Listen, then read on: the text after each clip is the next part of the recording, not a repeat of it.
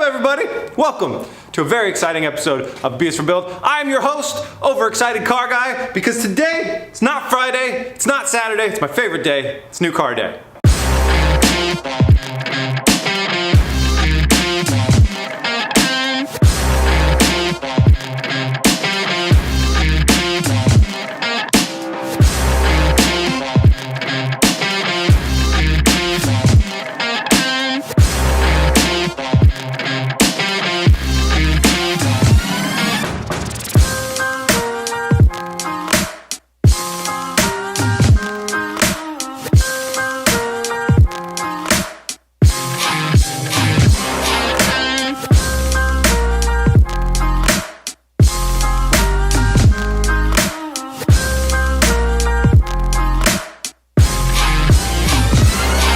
That's right, I am finally joining the all-wheel drive club. This is my very, very crashed 2009 Nissan GTR. Welcome to the jungles of Portland, aka top secret hiding spot for cars.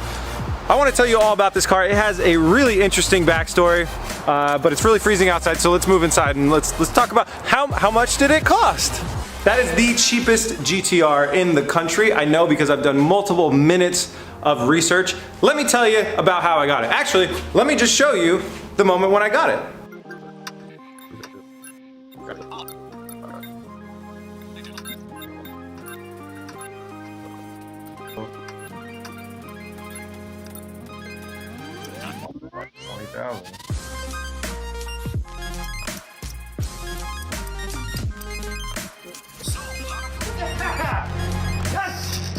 Now I got the car so cheaply because I bought it at auction. I also took a serious roll on the dice of the state that the car is gonna be in, which you guys will see how that turned out in a second. It's got a very interesting backstory, but I got it so cheaply because I bought it at Copart. Let's jump out there, I gotta show you more about this car.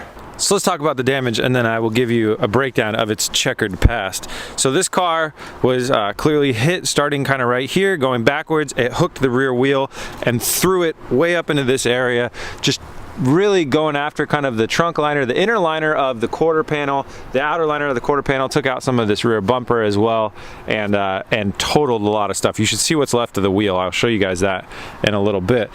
So side skirts damaged, doors damaged, rear quarter panel is toast, and then things start to get a lot better. So coming around here to the front, you guys have probably noticed, well, these wheel arches are cut out really, really far. Like, what's that all about? Well, it's because this car had a Liberty Walk wide body kit on it. So not to spoil too much, but yeah, we're definitely doing that. I'm not going to go ahead and buy all new fenders and all new rear quarter panels to undo that. I love wide body cars, so this is going to be a Liberty Walk wide bodied GTR. We've got some awesome three-piece wheels to go with it, some other stuff that's just super cool that I'm going to show you guys in a little bit. Coming around to the front though, things are looking pretty good. The bumper is in okay shape. It doesn't have any like thing wrong with it that I could see. It's missing that little plug, and these are always super expensive, so if you ever, just don't lose those on your car. I'll show you under the hood in a second, but let's continue the walk around. The headlights are a little, a little faded out and stuff like that. It's not too bad. This fender has a little crease in it, but the body kit, I'll uncrease that, and then the body kit should cover that up as well. The Liberty Walk wide body kit is, it's pretty big. Comes out to here. This side is pretty clean. Now the wide body job that they did on this car isn't really up to snuff for Oregon weather. That's not an all-weather wide body job. This was a California or a Vegas car, I'm not really sure. So I'll go ahead and jump back into this, and we'll go ahead and seal that stuff all the rest of the way up. And I guess we'll check the quarter panels for being full of rocks and dirt and dust and stuff like that. So coming around here, the previous owner had some holes drilled here to mount his rear spoiler on the trunk. This car is actually a custom paint color, which I don't know the paint code. I'm really trying to contact the previous owner to figure out the paint code. I'm wondering if I could show you guys any of this. No, it's not going to show up on camera, but this is a 3-stage paint. So it's a white with the base, and then it's got a kind of a pearlescence sprayed over that, and then the clear over that. The rear bumper is toast. I just had to buy a new one of those. It was very expensive. I actually ended up buying one from Japan, which is crazy. The rear like bumper lip attachment thing is toast as well. The rear diffuser is all gone. This is toast just because this right here is all busted out. So that stuff got busted out. The car, you might notice, has no exhaust, and it's missing some other parts too. Let me jump under the hood for you guys real quick. So I was kind of bummed to see, I was really hoping that when I bought this car I'd just see like a gajillion dollars worth of awesome aftermarket engine parts, but I didn't. I actually saw the opposite. I saw missing engine parts. When you look down there, you'll see that the intake tubing that holds the mass airflow sensor and the air filters on both sides is completely gone. It looks like some of these silicone couplers were kind of like hastily put back on, so I'm assuming the same thing happened with this car as what happened with my last BMW. The guy crashed it, and the insurance company didn't want to give him money for his mods, so then he started stripping the car off of everything that was aftermarket or everything that was valuable before it went off to the insurance company, which is always a bummer. But in this case of this car, like I told you, it has a really interesting past. It kind of helped us out a little bit. So he stripped that stuff off. He stripped his 3-piece wheels off. He stripped his brake calipers and rotors off. I think that's it. I don't think there's anything else taken off the car. Oh, the exhaust. I knew I was forgetting something. The full exhaust system from the turbos all the way back is completely gone on this car, which is crazy. So that brings me to its like interesting past. Its first time going up for auction wasn't actually at Copart. It was at a different auction site. And so what the person did is, now this is fair game. Insurance companies allow you to do this. You take your aftermarket parts off, and then they threw on some like Nissan Altima wheels. If I can find the pictures, I'll show you right now of what it looked like.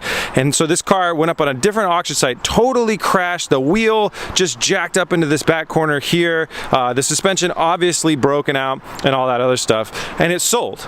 And then at an unknown point, and that was at an unknown time previous to when it went up for sale on Copart. So then it comes back up on Copart. I was playing games on Twitch, and some people were like, hey dude, check out this GTR. It might be something that you're interested in. And I was like, I can't afford a GTR. And then I saw how cheaply it was going, and I was like, maybe we could figure this out. But then when we Google the VIN number, which is something you should always do when you're looking at buying a car like this, you Google the VIN number, and I saw those old pictures. I was very curious. So what happened is something that happens with exotic cars quite frequently is people will go to the yard, they'll check them out, they'll check out the damage. So somebody looked at all the damage and what parts broke that made that wheel fly up to here. They'll buy the car and they'll do some fixes that make it look better, like having all 4 Nissan GTR wheels on here and having them all 4-point relatively straight. And then they'll put it back up on auction. And so that's what happened with this car. I knew it was back up on auction. I knew that there is a chance that there could be really shoddy repairs done to make this car straight. Now, when this thing was on the truck, I actually did get to peek at the frame underneath here. So there's 2 frame rails that run this way and this way. I got to peek at the frame, and I got to peek at the new subframe, or the new suspension components that they put on there, and everything looks straight. It looks like the accident actually really luckily missed the frame. So you can see the rear impact bar section right there of the frame. It's a little dark. Let me brighten it up a little bit. You can see that right there, and there's a little bit of separation here, but overall this stuff looks pretty straight. I'm not seeing signs from a frame straightener even needing to get involved here. Normally you can see clamping signs and other stuff like that. So, oh, also suspension was gone too. This is not matching suspension all the way around. So the frame, luckily, I think is straight, but I'm not 100% sure. But at least the subframe does still bolt up. And if you have a subframe that bolts up, you can most likely change anything else with just adjusting the alignment on the car. So another really interesting thing about this car is when it was at auction, I believe it was marked as engine starts. So it made me confident enough to want to buy the car, because the engine and drivetrain are worth a lot of money, period. But it wasn't marked as runs and driving. So I assumed the worst, bad transmission or bad rear differential. Did the research. I know how much they cost if I need to get a new one. We are not sure if we're safe and that those things are okay, but one thing I noticed once we got off the truck and we noticed, hey, it doesn't have brakes and rotors. That was really fun pushing it all the way over here, and very scary without brakes and rotors.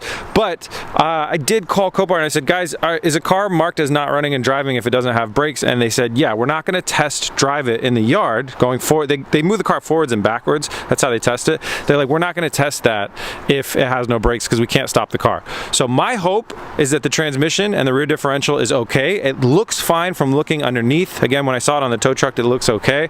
But and so it could be marked as not running or driving, I mean, because it had no brakes and rotors, or it could be because maybe it doesn't, you know, run and drive. I don't really know, but we will find out.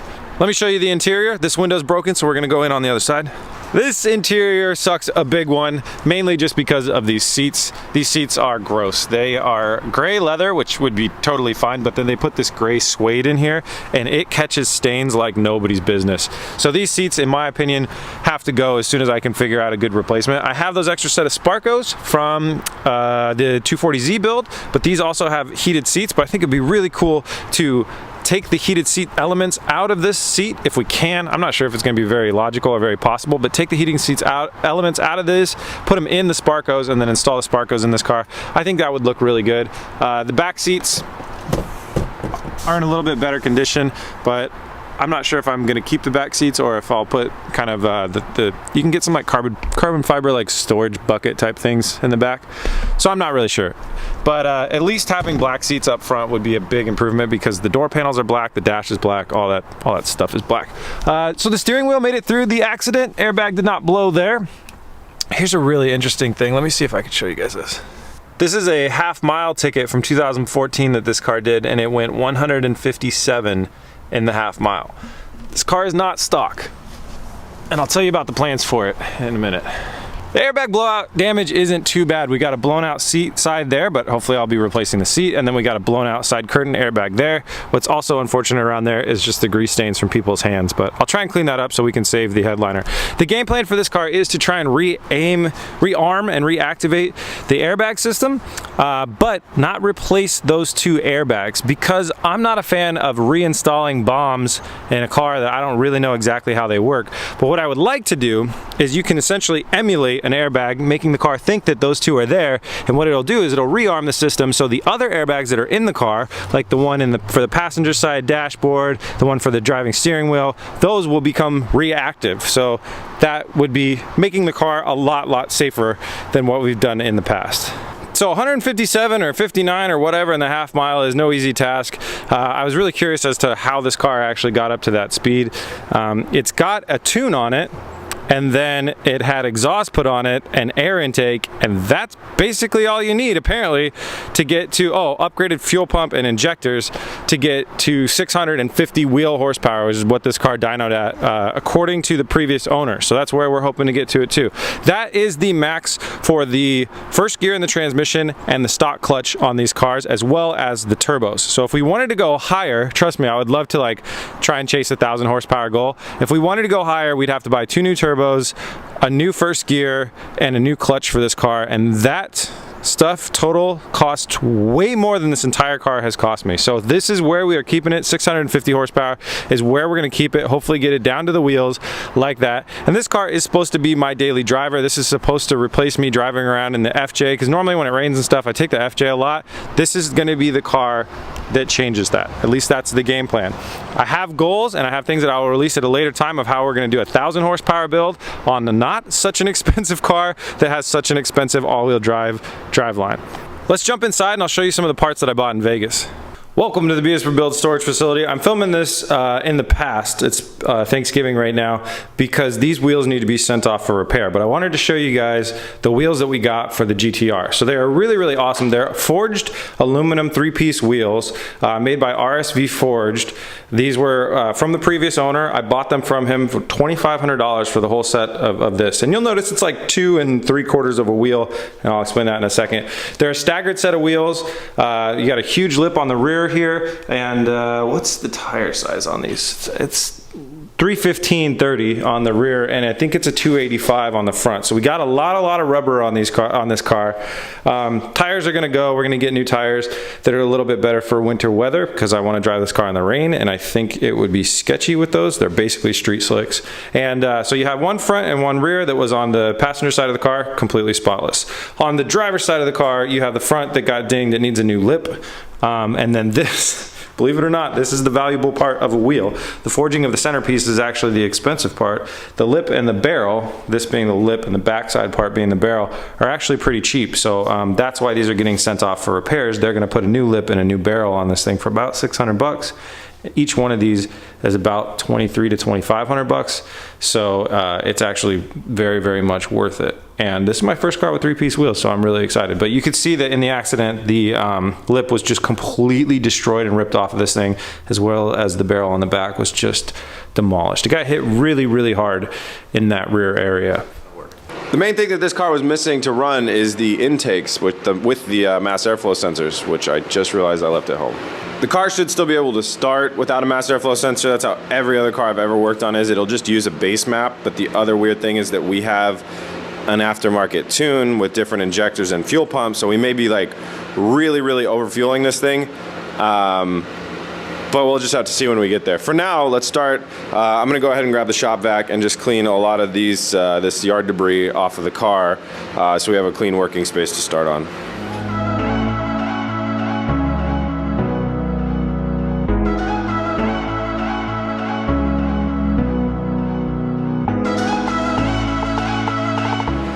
All right, now that we got the engine bay a little bit more clean, sorry, don't mind the bubble wrap. Not to excite anybody. Now that we got the engine bay a little bit more cleaned up, we're gonna move over to the intakes. So intakes go on to right here, and a turbocharged application, that's just obviously bringing the cold air into the turbocharger. So you're gonna have a mass airflow sensor so it can guess how much, or so it can measure how much air is coming through, air filter, and a tube that goes straight in there. So this is something that I could build, but it was actually pretty cheap to buy as well. So if you guys remember, I said I wanna build this build to a budget. I want to keep it cheap, but I want to use good parts and not take any shortcuts. So this is a set of intakes from Got Boost, and they're normally, I think, I'm kind of guessing here, guys, they're normally about 300 bucks, and I probably got them for about 150 because they're very, very lightly used. You can see that there was an air filter on this one over here. This air filter has some mild signs of use. It's definitely still clean and gonna run great. And then this other one is brand new and everything else is brand new. So it's basically brand new from, and it's essentially a performance part for these GTRs. So that's the way we're going to be trying to do this build, sourcing cheap used parts that are still good quality. So I don't have the instructions. I'll look for them online, and then I'll figure out how to connect these things up, minus the MAFs. I'm trying to convince Chelsea to bring the MAFs from the house out here tonight so we can fire this baby up and have it run right, but we'll see. Let's get those on for now.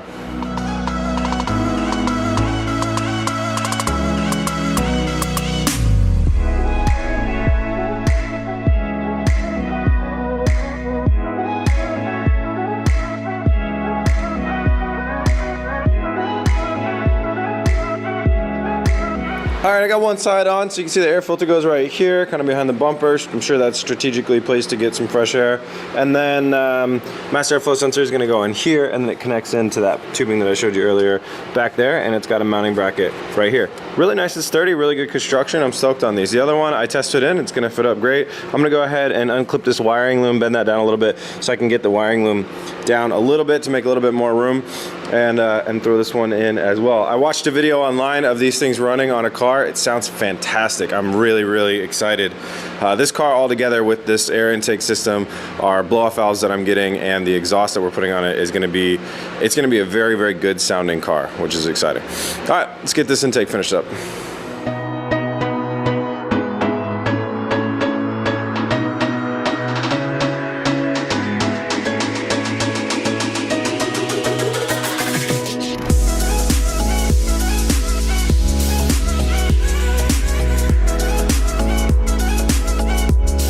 I got the driver's side intake installed. This one is a little bit different, and probably part of the reason I got it so much cheaper is that the mounting bracket, one of the brackets that holds this thing down, you can't really see it, it's right here and it goes to right here. They had removed that. Oh, I see a bolt I need to tighten down, probably because the air intakes that they took off used that bolt. So because that was missing, what I went ahead and did was I just drilled a small hole in this. This is like a, it says carbon fiber composite, like front crash structure, front core support. So I drilled a really small hole in there and then wrapped a zip tie around it to make sure that it keeps it from, it definitely won't move and nothing will happen, but if you're going over bumps, I don't want to hear it like knocking on anything or anything like that. So zip tied it down, that'll be all good. So I'm gonna go ahead and tighten up this water reservoir. That cap look like it's at a weird angle to you?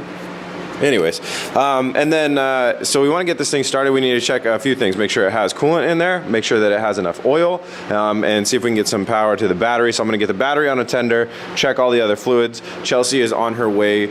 She's going to bring us our new mass airflow sensors. I also need to find some bolts that are going to fit these threads.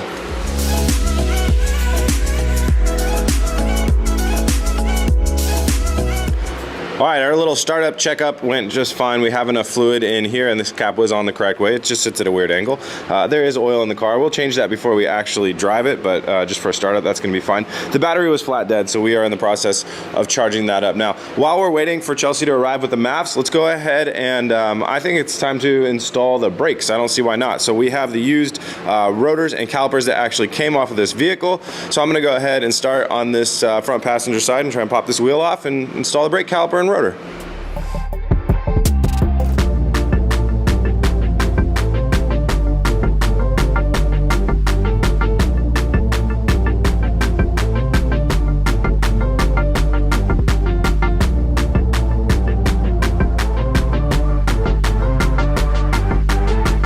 That looks a whole lot better with that nice big old brake caliper and rotor in there. So installing the caliper and rotor went really smooth. Obviously we still need to add fluid to the whole system, which we'll do later on. So the brakes won't even work right now because they have no fluid in them.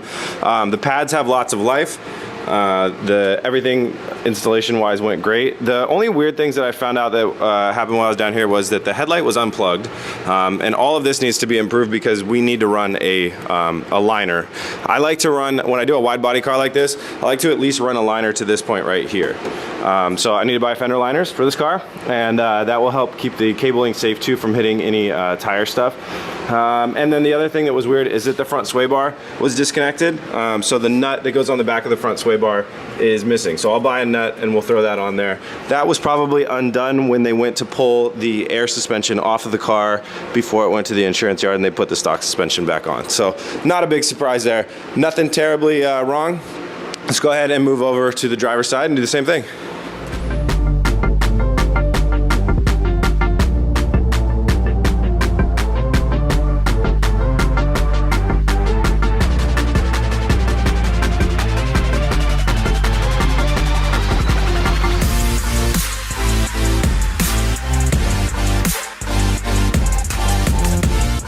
Alright, we got the brakes and rotors put on 3 of the sides. I did not even feel like putting the rotor on over here because I knew it was going to block some work that we had to do.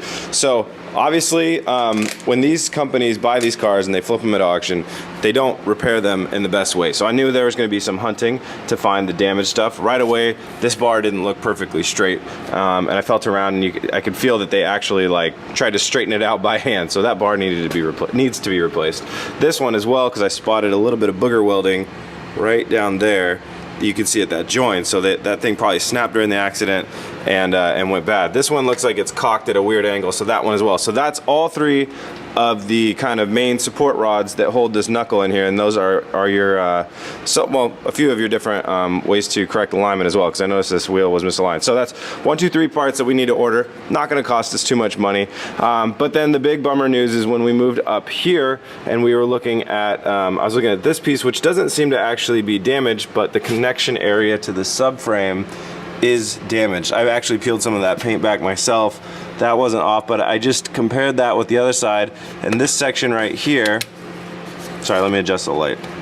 So you can see right here, this mounting pickup point right here, it's basically, it's supposed to be up higher, and all of these are supposed to be flat. And you can see there's a bend in this here, there's a bend in this one down here, and it's just creased down. Now this is just a suspension pickup point. In theory, like if you had no other options, you could technically kind of cut this off, flatten it out, and re-weld it back up, but there's no way I'm gonna do that. So it means I gotta buy a new subframe, a new rear subframe, and I checked prices online, and for a good quality used one from a newer car, it's only about 850 bucks. So it's not exactly going to break the bank. I'm not even really going to flinch at that. GTR prices for things are like really expensive. I paid just as much as that for a rear bumper cover. So I'm going to go ahead and order one of those tonight, and we'll have it in here. It's going to change a couple things procedurally, but from what we had kind of planned to do. But now we know it. We'll get it in here and we'll get that thing swapped out. In better news, the MAFs are here, so I'm going to go ahead and install them. I went ahead and bought the right hardware for these intakes, so there's screw here, screw here. Go ahead and clip those in, and we'll be ready to try and test start the car.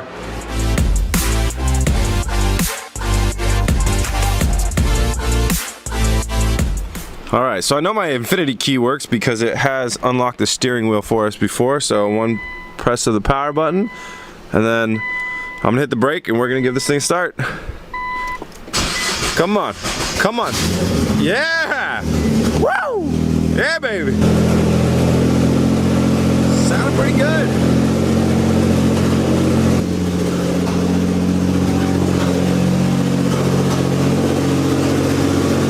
Yes!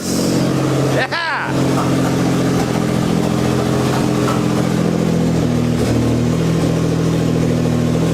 Says we got a few problems. It says we have absolutely no gas, which I'm not sure if that's true. VDC, I'll have to Google what that is. That's probably some, and then it's saying engine system malfunction, so we are gonna have to dig into that a little bit. We've got good engine oil pressure though, and all of our temps are reading right and everything else like that, so that's a really good sign. That's really awesome. The car starts. We'll figure out how the transmission is in the next episode because the glass guy is on his way out here right now. So when you're doing a rear quarter panel, you normally have to remove the rear glass so you can get access to all of these pinch welds down here while where the quarter panel is attached to the rest of the, what would you call that? Kind of like the roof rail or the B-pillar, whatever you want to call it. Also, rear quarter glass as well. Now, I found out that if you're a one-person show like me, that it's often a little bit faster and cheaper to just hire somebody to do this than it is to spend your own time. For instance, I think the last time I did this, I spent about 3 or 4 hours doing the rear window, and these guys will come out and do it for $100. They'll pull your rear window out. Also, the likelihood of it breaking is a lot less when you have it done by a professional. So I'm going that method, but it is possible to DIY, especially if you have 2 people. We did it ourselves in our first try. We did it on a BRZ. We did not break it, so to each their own. But he's on his way here now, so we're gonna start tearing into it. I'm gonna do a little bit of cleanup before he gets here, and then he'll just jump in and pull that baby out.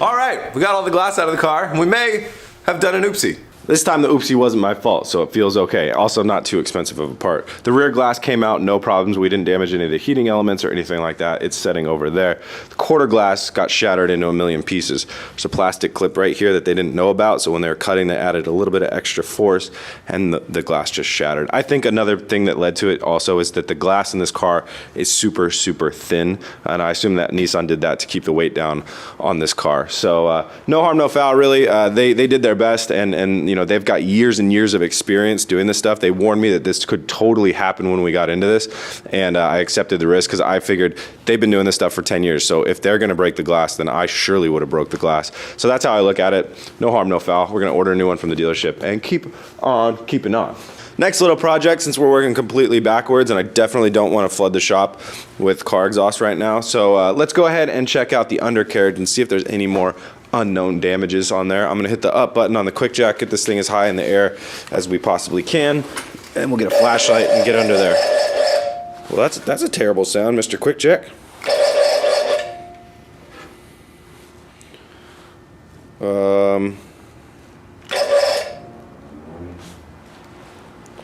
Pause.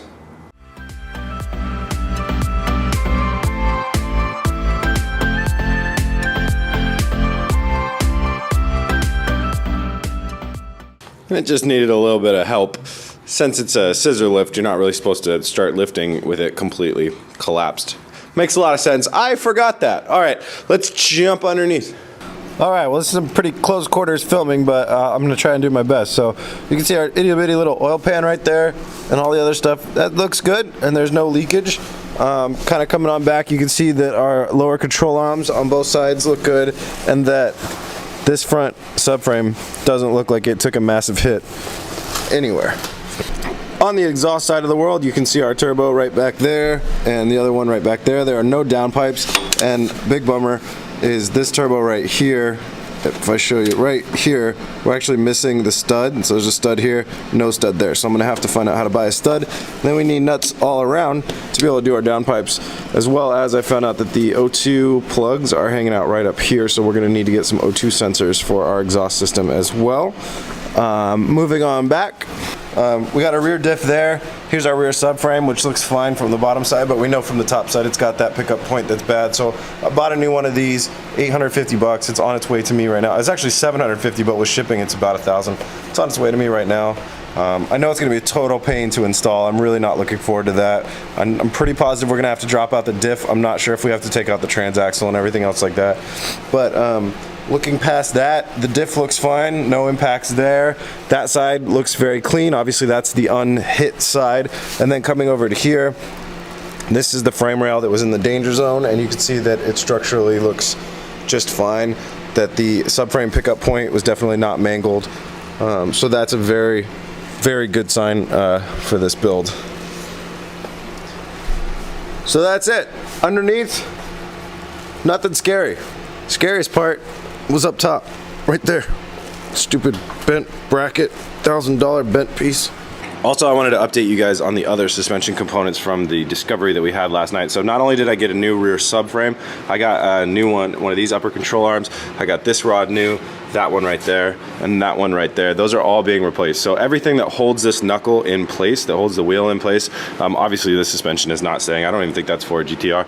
But everything that holds that in place, we're gonna be replacing. All right, I thought I was out of the woods, but I found some new problems. The front passenger side and the rear passenger side CV boots have some tears in them, and they lost all their grease. I've been told once a CV boot loses its grease, the CV joint, the odds of it being damaged are really high, and it's worth just replacing the axle. So I had to order a front driver's side axle for this car and a rear driver's side axle. All together, they cost $550 for both of them, and they will be here a week from Monday, so that's kind of a long delay. But it'll give me a little bit of peace of mind knowing that I got the new stuff in there, rather than just replacing the boot and hoping that the CV joint wasn't damaged while they had less greasage. So let's move on to some quarter panel stuff.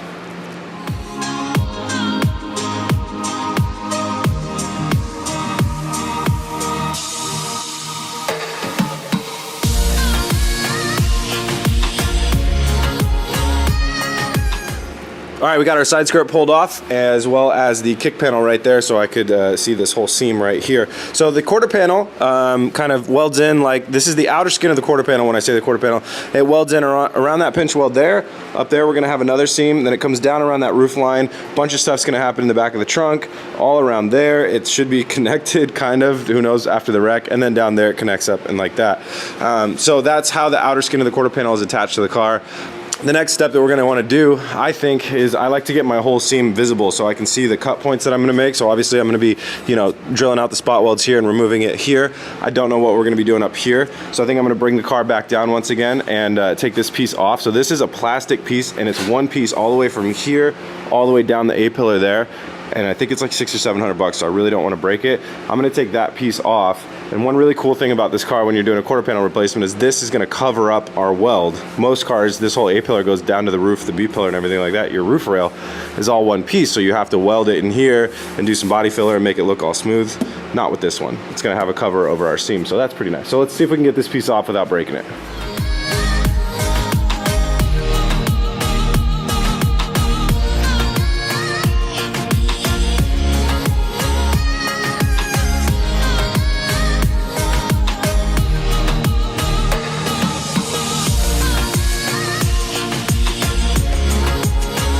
Well, I did another oopsie. I can't believe I did this. So I watched a video online before I did this, and I saw the guy just pop, pop, pop, pop, pop, and he was like popping them off. So I went to pop it, and I got the first one. I didn't realize that I was actually just popping the clip off of the back of this piece, and then I went for the second one and just snapped this clean off of here. Because what I didn't see is that there's a railing, a nice chrome little piece of trim railing that screws in there that holds the molding for the door and the windowsill, and it also holds this piece down. So, they're not awfully expensive. It's $350 for a set of these from carbon fiber from China, so I'd have to wait a little bit. I'm thinking that this is also repairable. I could totally just fiberglass this thing back together. But for now, I'm gonna wait till after this airs and see if anybody watching maybe has an extra set from somebody that maybe upgraded to the carbon fiber ones or something like that. So, if you're doing this at home, it does not take a lot of force at all. If you're doing a lot of force, you're doing it wrong. Metal trim comes out first, and then it should pretty easily wiggle out of there. Okay, but now we have visible the quarter panel seam that is right here. Well, what should we break next? I vote the rear bumper cover because it is garbage anyways. So go ahead and uninstall this baby, and then we can figure out what the seams look like all the way around here and back up there. It's already halfway installed already.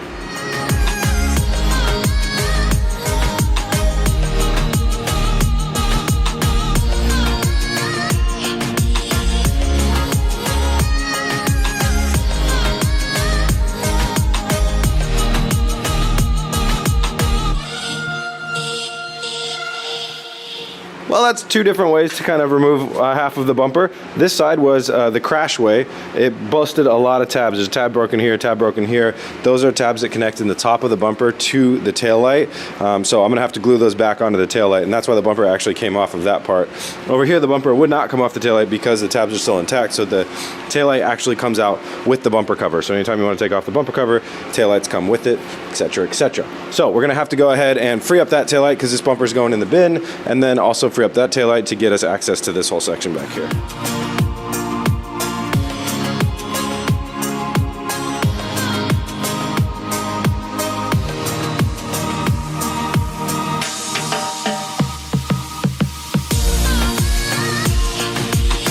Taillight out, you can really easily see where the quarter panel seam is and how it kind of comes up here, around here, and then heads up back that way.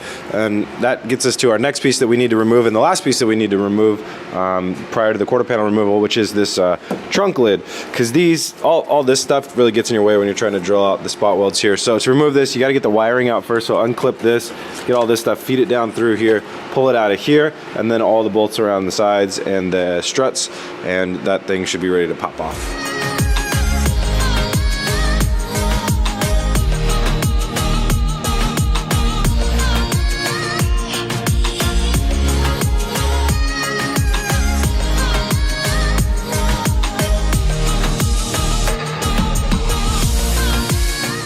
All right, with that trunk lid off, you can see that we got plenty of room to work. So now you can kind of get the picture of the idea. We're gonna drill all the spot welds out from this quarter panel right here, pull the outer skin off, repair, cut out all the bad bent up metal underneath here, and build a new rear wheel well in there, and the base of the trunk. Just rebuild that stuff out of sheet metal, slap our new one on, new door, and the crash damage will essentially be fixed, other than all the suspension components and stuff that I mentioned earlier. So now it is time to test the transmission. I am going to say though that I'm going to do this kind of gingerly, because I know that when cars aren't like sprung weight, they're not on the ground, they're not on their own wheels, and you run them, driveline stuff can get a little sloppy. I think it doesn't make the car happy. I know that. So I'm going to do this pretty gingerly and just try and get through a couple gears, and we'll see how it goes. All right, let's kick this baby on.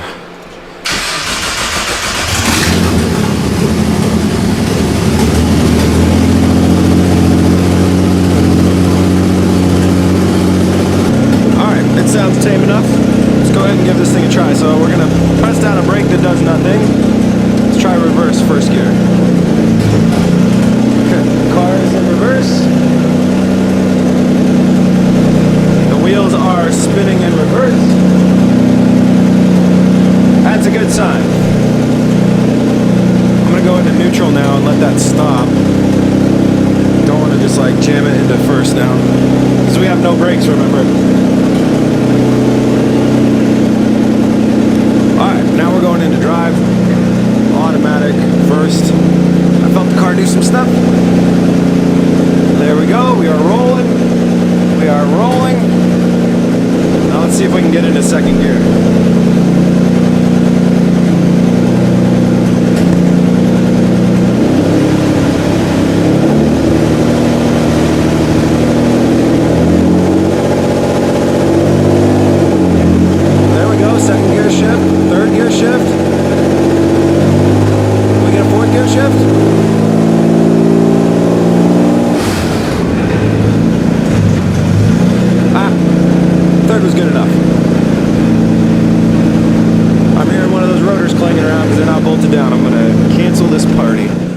Big success, transmission is shifting smoothly.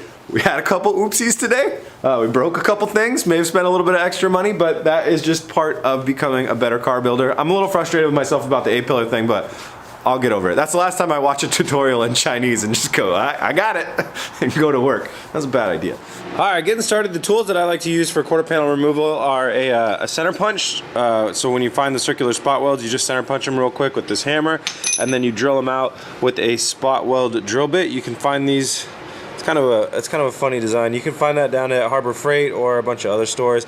And I've also seen other people use really good quality drill bits. It's just that spot welds are a little bit stronger metal than normal metal, so if you're gonna use a drill bit, use a really good one. Flathead screwdriver just for prying around and different stuff like that in tough spaces. A chisel for popping out metal. And then to get the seam sealer off of the panels and stuff like that, a couple different types of wire wheels will help you get the seam sealer around the panel, as well as if anything gets too tricky, cutoff wheel. I'm gonna go ahead and get started on the easy part. I would advise doing that anytime you know exactly what you're doing. So around this seam right here, starting down here, working my way up, and then along this pinch weld here, you're gonna pull this off and you're gonna see these circles just like that. Sorry, the camera doesn't want to focus. These circles, that's where I'll set the center punch in the center of that, hammer it down. That gives me my starting point for the drill bit, and then drill around that. That drills that out, and you work your way down on all the circles, and that should start to help you separate the panel, the outer panel, which is the garbage one, from the inner panel.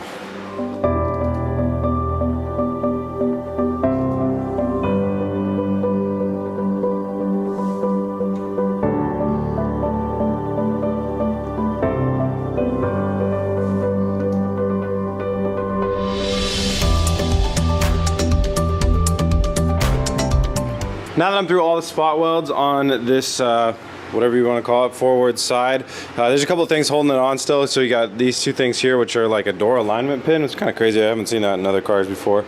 So we got to take these two nuts off of there, and then we're going to need to take the striker off of here. And as I go through a seam, I like to try and kind of tease it away from the body, like I've been doing here. Just kind of bending the metal back, making sure it's completely disconnected, because it can be kind of hard to target when you come back. So I'll keep bending all that stuff out and make sure that this kind of inside part of the panel is flexible. And then I think I'm going to start working my way down and around here, which is going to get quite tricky. We'll probably have to cut some metal because it looks like we have metal overlapping our pinch welds.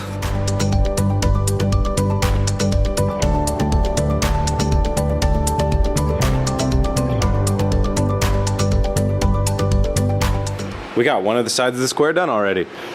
So moving on to the bottom side, with the crash damage, these things can get a little challenging. It's not as easy as drilling out the spot welds because it's covered up by this piece of metal. So what I've actually decided to do is I'm gonna drill out to here, and then you can see where my pink line is. I'm gonna come in and I'm gonna cut through, and you gotta make sure to be careful, only cut through the outer side, cut through the outer piece here. I'm gonna follow along down by that bend and then through there. And what that's gonna do is allow me to separate this piece and this piece from the frame, leaving this piece down here, and then later on I can come in with a hammer, fold that up, and then I'll be able to drill out the spot welds.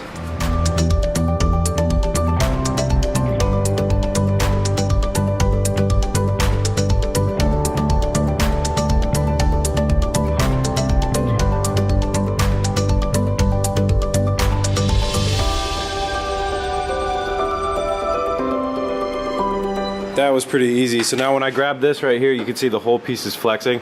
I can feel that it's still connected by something in here. So now the next move, we could do a couple different ways, but based on the amount of damage that's on the inside here and how much of this I want to replace, I'm going to lean more towards cutting on the inside of here and removing more of the bad metal with one cut, because the outer piece connects to the inner piece inside the wheel well. So I got that one piece I was talking about earlier. That's somewhere down here. Find that, cut that out. Then this is all separated all the way up through here, here, and then it starts to connect right around here. So what I think I'm gonna do is lop this here and then follow this line up to here, and then the rest of this, sorry if anybody gets motion sick, is all disconnected already. So that should just leave us then that whole side off, and it'll be connected in the back, and we can start focusing on the back.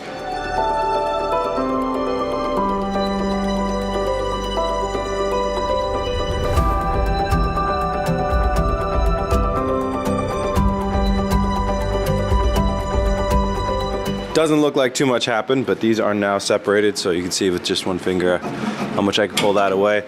And then there are more spot welds up in here, and then obviously right here, so when I go to pull this, it doesn't flex that much. So now it's time to move over onto the back, same as what we did on the door sill. Spot welds around here, and there's a good deal of seam sealer inside the seams, so got to work that out with the wire wheel. And then comes the hard part, which is the inner seal over here.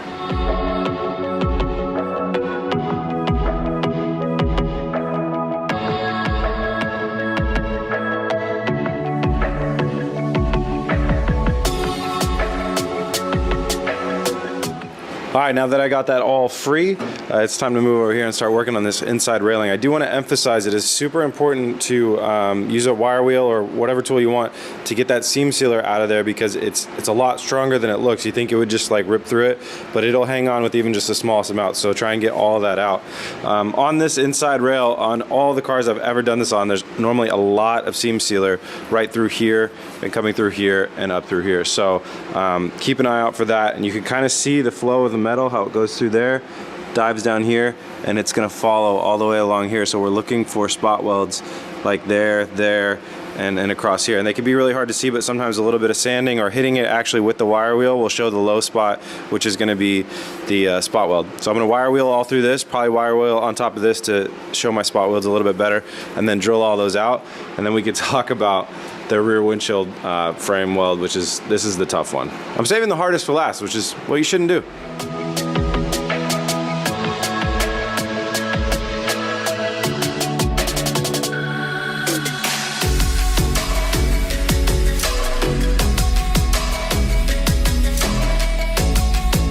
All right, we got that railing off of there. That's really nice. Now comes the hard part. This railing where the rear window glass goes is normally the hardest one.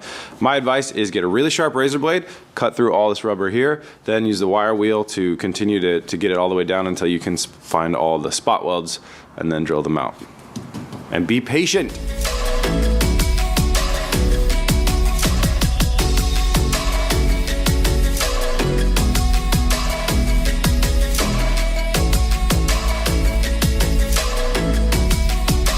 Now that I got the whole path all cleared out, I can kind of show you the situation that we're in, and it's not great. This car, the quarter panel goes on before this trunk deck and before the roof, so they overlap it. So you can see right here how we have this whole thing right here that overlaps our railing, and then coming up here is where it gets a lot worse. You have the roof panel right here overlaps our panel all the way down through and around through here.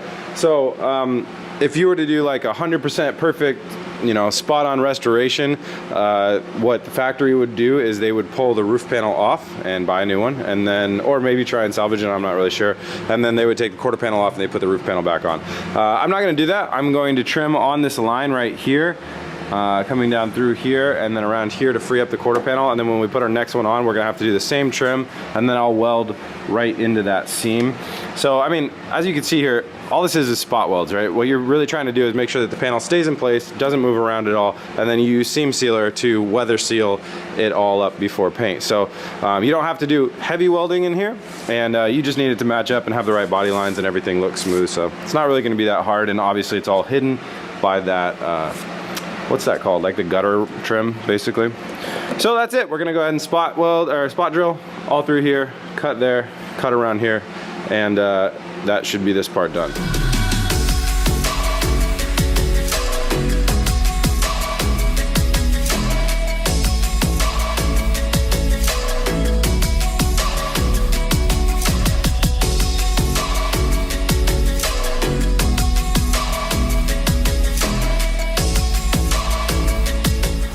All right, we got the top rail free, so you can see what I was talking about like kind of cutting through here, and then as I came up here, sorry, I gotta get up here. All right, you can see I cut, not touching any of the roof panel at all, just kind of cutting into this bad panel right here, and that gives us plenty of room to mount our new one in there as well. So the last piece that's really hanging this thing on here is the welds through here, and through here. So it's the same type of deal. Sharp razor blade, get that all off, wire brush, spot drill them out, and this thing should literally just fall off of here.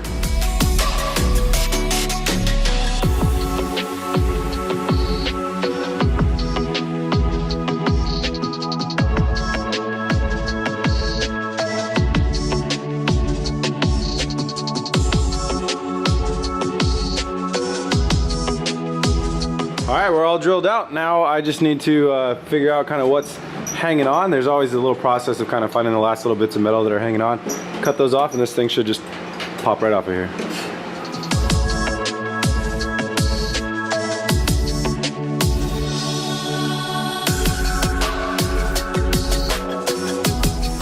That's what a GTR looks like with no quarter panel on it. It's actually pretty damn cool. Someday I gotta just buy a car and take the quarter panels off. Looks pretty awesome. It's like a Transformers car or something, or a Terminator car. I don't know. Anyways, it looks really cool. So you can see we have like mild damage coming through here, and that's something that I'm going to have to clean up. I could do some pulls around here with the pulling tool. I still need to bend this up and drill these out, but what we need to make sure that we have is a good surface for our new quarter panel to mate to. So I'm not exactly sure how this is supposed to look, because you can see it kind of comes like this, and then there's this piece and it kind of comes out. I'm not sure if that's on purpose or if it's all supposed to be straight or what. I'm guessing it's supposed to come out a little bit, but our new quarter panel will kind of tell us the answer to that.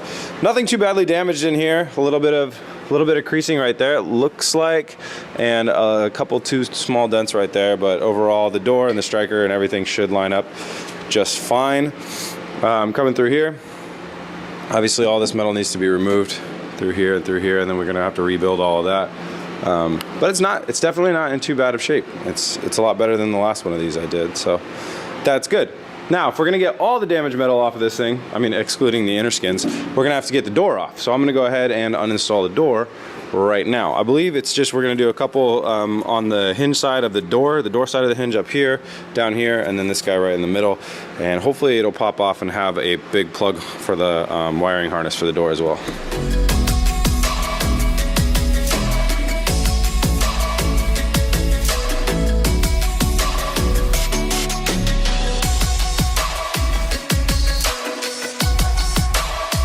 Somehow I don't feel like this made the car look less damaged.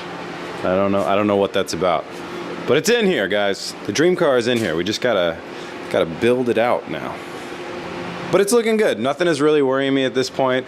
The biggest piece of work that I think that we have to do as far as this repair is to repair this corner right here that's not actually part of the new, you can kind of see it down there, it's that section right there.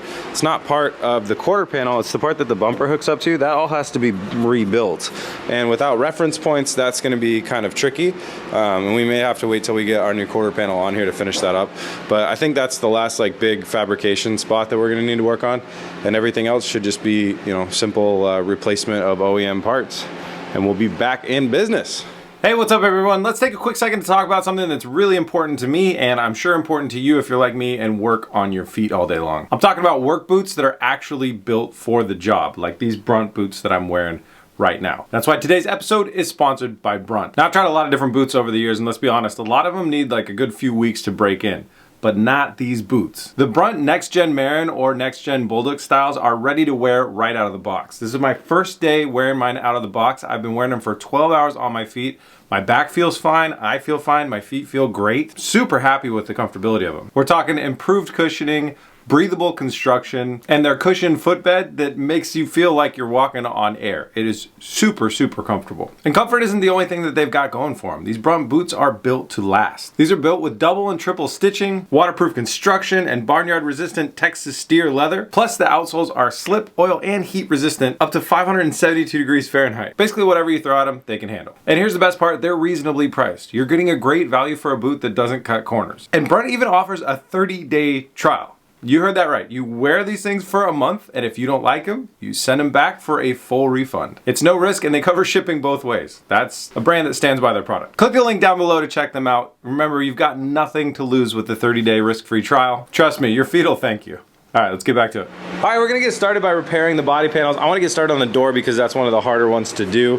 This is an aluminum door, so I was gonna weld a little tab on here and pull from here to hope to take this high spot down as well as bring that low spot up, but we can't do that because this is aluminum. So I'm just gonna have to get handy with the hammer and some of these other tools, and I just really wanna get the high spots out of here and make sure the low spots aren't too low, because you can body fill over low spots as long as they're not more than 1/4 inch deep.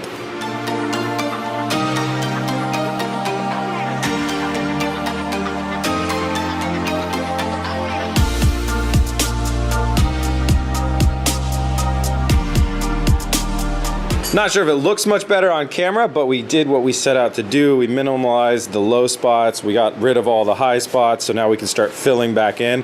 This is the lowest spot, and it's probably almost 1/4 inch thick. So what I'm gonna do is I'm gonna lay fiberglass first. That's always the safer bet, just in this area here, and then we'll start shaping it out. But to do that, we gotta move over to the other shop. So we're gonna move over to the paint booth, heat that place up, and we're gonna work in there on all the rest of this bodywork stuff.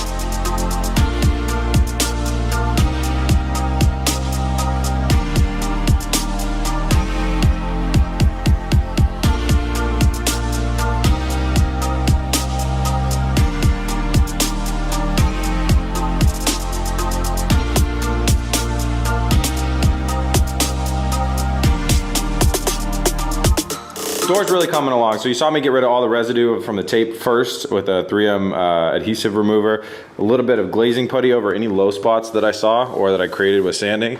And then you saw me doing a little bit more tapping, sanding and stuff like that to get this all worked out. Now, the way that I've been doing body filler lately, as I've been learning to do it a little bit better, is kind of just put on extra. So first I did fiberglass, sanding the fiberglass down, everything like that, and then put on extra, and then we'll just come over and just sand everything. We're gonna first follow this body line and use this as a guide, sand everything completely flat, and then we'll come in here and curve this out. And with any luck, we won't have to do any more body filler on this. But the more you let it dry, the easier it's gonna sand up. We're gonna go ahead and sand this thing perfectly smooth, keep this edge here, and then come in and kind of block sand, hand sand this down, and finish block sand that down. And hopefully we can get it on the first try and get this thing nicely repaired.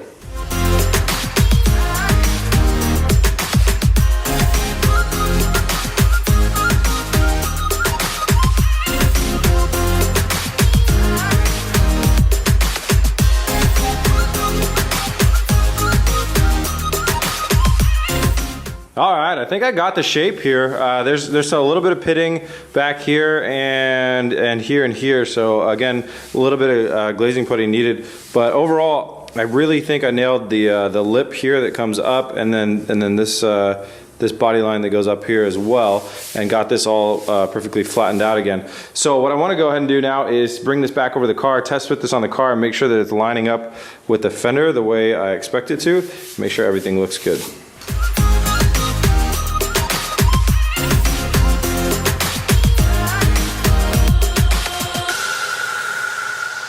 It looks good. With it just bouncing in here, the door's not actually straight. It's a little bit crooked. You can tell by the panel gap at the top and bottom. But overall, this looks good. It's nice and flat leading into here, and our edges are good. Our line right here is good, and our transition is looking good too. So I'm happy about that. We can do the rest of the little glazing putty and finishing work tomorrow, but that's looking good. That's a good door repair. Our goal for today is to take this Sparco R333 seat, convert it to be able to sit in this car with either sliders or electronic forward and backwards motion, and keep the heated seat element from the Nissan GTR. Reason being, I don't like the gray interior, so I'd like it all to be black. That's why we also have black interior pieces back here for the back seat, and this one's blown up. So, given those facts, I think that switching over to the R333 seats is the cheapest way to make this situation black, look better, and fix the explosion part. A lot of other ways have been mentioned, but they don't really fix those problems. Plus, I've heard these seats are not comfortable. So that's been one of people's GTR owners' comments. Biggest comment is that the seats are not very comfortable at all. So here we go. First thing I'm going to need to do is take the base seat out of here so I can dissect it, figure out what we have to work with, figure out where the heating element is, see if we can pull it out, blah, blah, blah. So we got to take the seat out.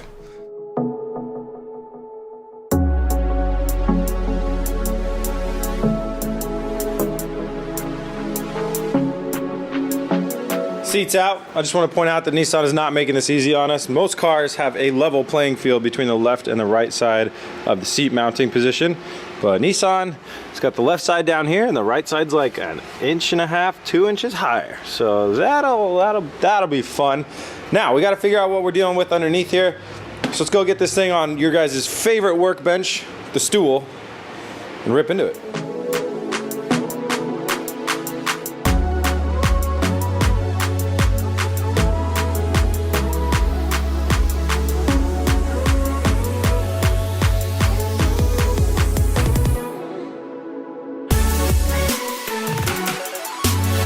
All right, we have a deconstructed seat at this point. Luckily, everything's pretty straightforward, but you know, the biggest hang up is obviously that we have an uneven mounting surface. The car is uneven, and then this thing is uneven to adjust for that. So with it all being uneven and crazy, I really want to try and utilize the mounting points that this seat rail kind of comes with after I test fit it and make sure that it starts us off at a level playing field.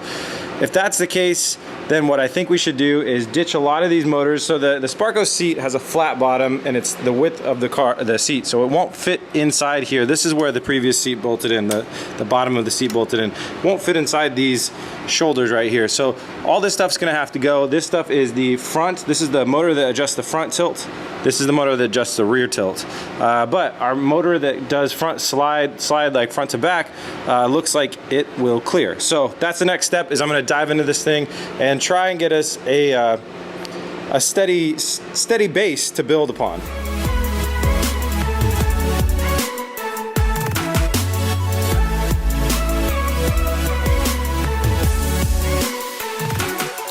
All right, well, here's what's left of the giant big square contraption bracket setup that was holding all the wires. Just gonna pretty much use this and the feet from this. Reason being that because it's uneven, not a lot of the stuff can really be transferred over without building a really massive spacer to hold the seat, and that would look really ugly if you had, say, like a 3-inch spacer sticking up right here.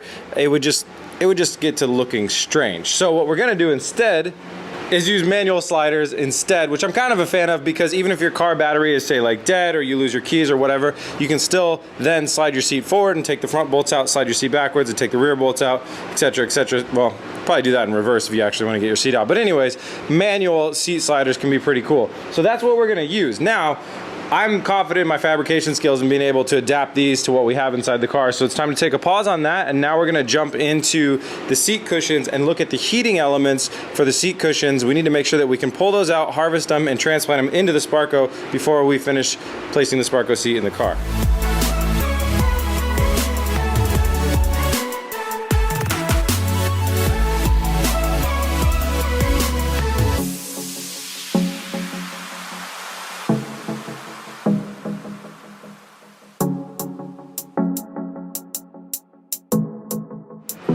The lower heating element is out. This is what it is that makes up a heated seat in a GTR.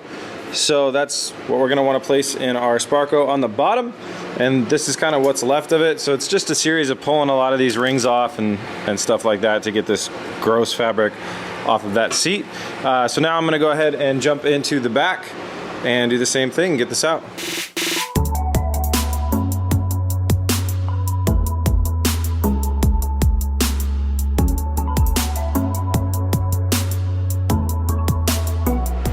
Back one came out a little bit quicker.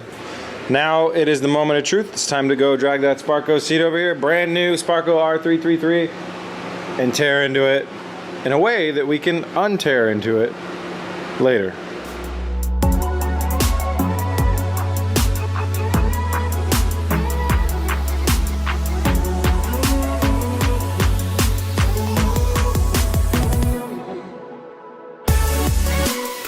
Got the lower seat cushion out of the seat, so you can see that's what's left of the seat. It came out really nice and pretty smooth, and I should be able to reinstall it. So everything was good until I ran into this point here. So the Sparco's seat construction is not exactly, like, these are, you know, what I would classify as a budget pair of Sparcos.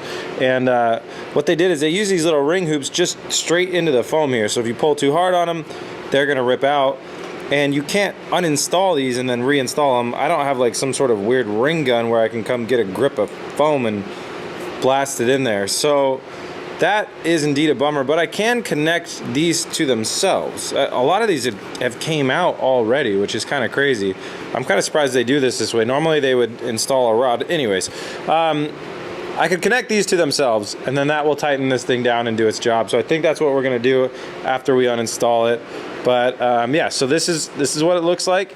It's got a seam right here, and then it's connected right here. I'm gonna go ahead and uninstall both sides, flop it over, snake my heating pad, that guy, in through here, and then use that seam, and then in through here and around, and then we'll run the wiring needs to come out the back here, not the front, the back.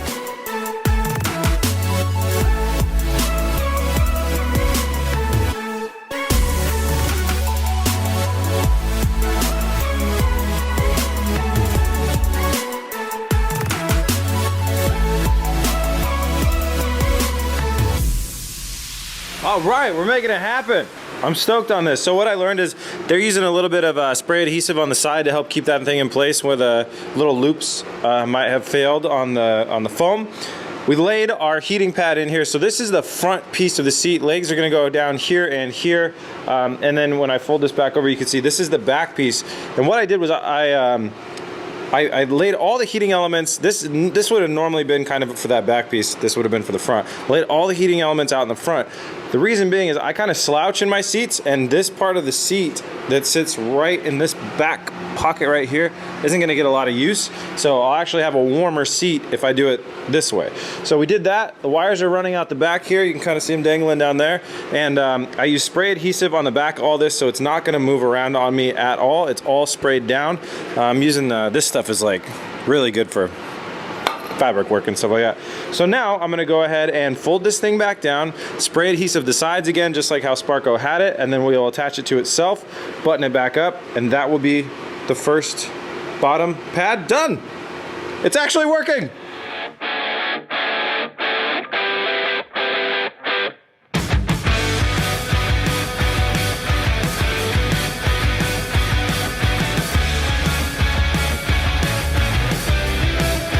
Bottom cushion done, slam dunk. Now you may be asking, zip ties, really?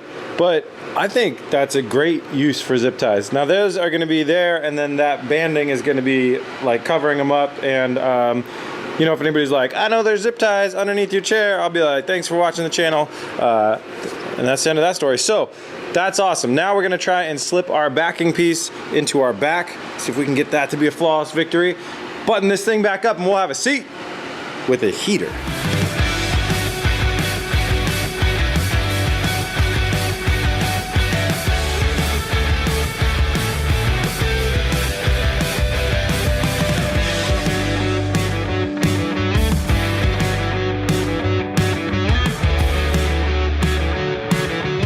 If you looked at it, you would never know. We've completely swapped out all the heating elements from a Nissan GTR stock seat into my Sparko R333 seat, bottom and back. And we didn't destroy the seat. On to the next seat. Now that we know what we're doing, let's see how fast we can get this done.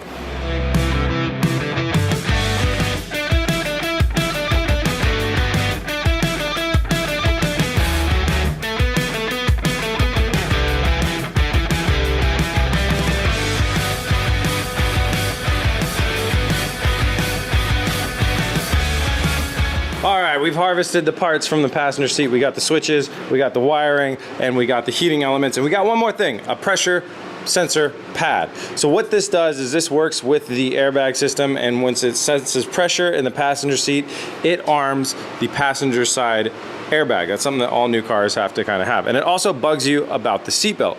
So the normal way to reinstall this would be just like what we did with our bottom cushion heating pad. We just install this flat on the bottom cushion. But I'm actually not gonna do that. And I'm not gonna do that to save myself a lot of annoyance. See, in my daily driver cars, here's what happens every time I get in them. I jump in the driver's side, and on the passenger side, I throw my camera bag, that big heavy bag right there, and normally a couple other things that I'm gonna take to the shop. That pressure sensor pad right there reads, thinking there's a very small human in the passenger seat, and it starts bugging me about buckling the seatbelt, etc., of that thing. Every time I get in the car, every time I go for a drive. It happens in the FJ every time I go for a drive. So what I'm gonna do is I'm basically going to make it a lot easier on myself every day and a little bit harder when I have a passenger that wants an airbag. I'm just going to simply place this underneath it needs to be plugged in for the airbag system to work, period. So we're gonna definitely plug it in. It's got a really, really long cable, and I'm just gonna really simply just place it under the seat. And then if, say, Chelsea and I are going for a road trip, we'll just have her pull it out from underneath the seat, set it on the cushion of her seat, and then when she sits down, the passenger airbag system will be armed and activated. So it's adding an extra step for my passengers if they want an airbag, but the reality of it is I very, very rarely drive with another person, and I want to make it a little, like a step less annoying for me with my baggage and stuff like that. So we're not going to install it into the cushion. It's just going to be a manual installation when you want an airbag for the passenger. Okay. So now that we got everything ready, we're going to go ahead and grab our other Sparko R333 seat, rip it open, and install the heating elements.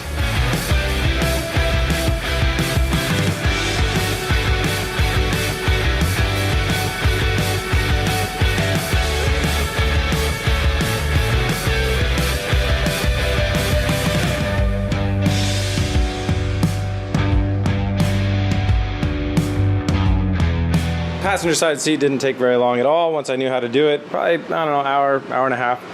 Next thing we got to do is figure out the electronics. So it's pretty simple. There's a switch that we're going to need. All these things kind of come together and looks like there might be a relay and some other stuff like that. Going to get all that stuff that we need, bring it over here, tidy it up, and get it ready to be able to plug into the car as one unit.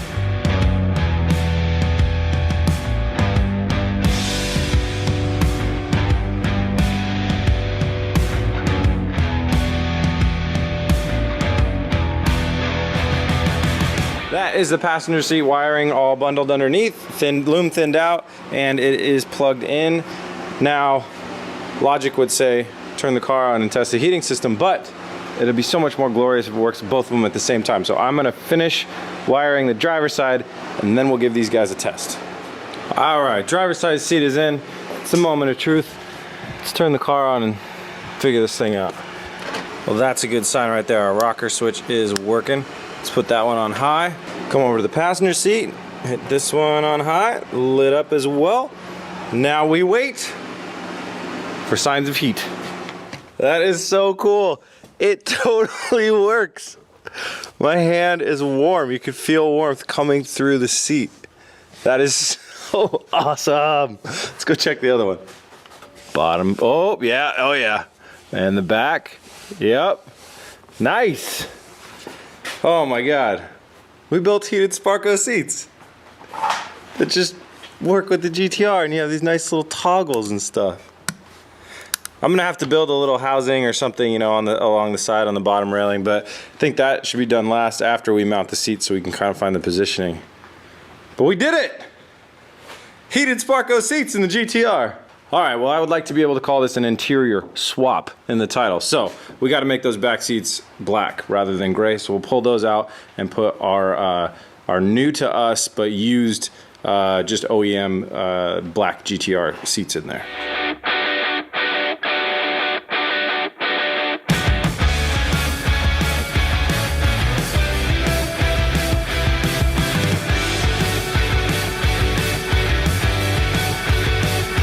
We did it! That looks really good. I'm really happy with the choices that we made here on this interior. It's so much better than that gray and all the other stuff. So still left to build is seat rails. Obviously, I'm gonna go with the manual sliders, and we're gonna kind of merge those in with the bracketry that they already kind of had to fit up right there. I will do that first thing in the next episode, and we'll bust that out. And in the next episode, quarter panel parts are coming. So I thought it would be a great idea to get a couple of parts to rebuild this quarter panel. It kind of helped me along, like scaffolding to fill in the void that is the back here. Anyway, so I flipped through some stuff on Nissan's website, and I was like, I'll order that and that, and really, I didn't do great. I ordered one piece. This was like 250 bucks, and it is just a replacement for a piece that is, for the most part, not really damaged at all.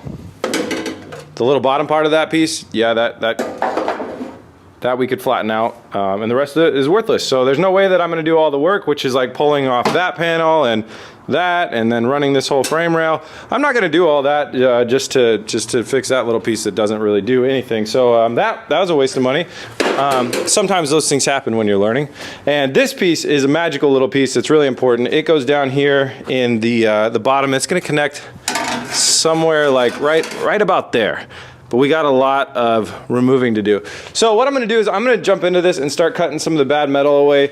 The most important thing is though, is without our outer skin as a guide, we don't want to remove too much metal. We definitely don't want to be adding any metal on right now. So we're kind of in a tough spot, but there is some good work that we can do, which is mainly removing mangled metal through here that we know we're gonna rebuild. We can reshape this. We can come in here and it's basically all pushed in right now.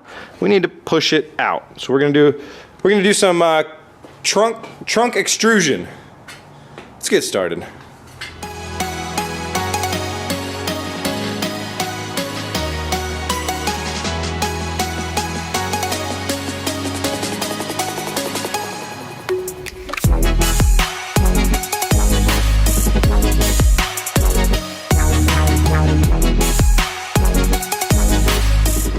All right, we got this a little bit cleaned up around here, and we exposed this seam right here that's got a little bit of separation that we're gonna weld back together a little bit later.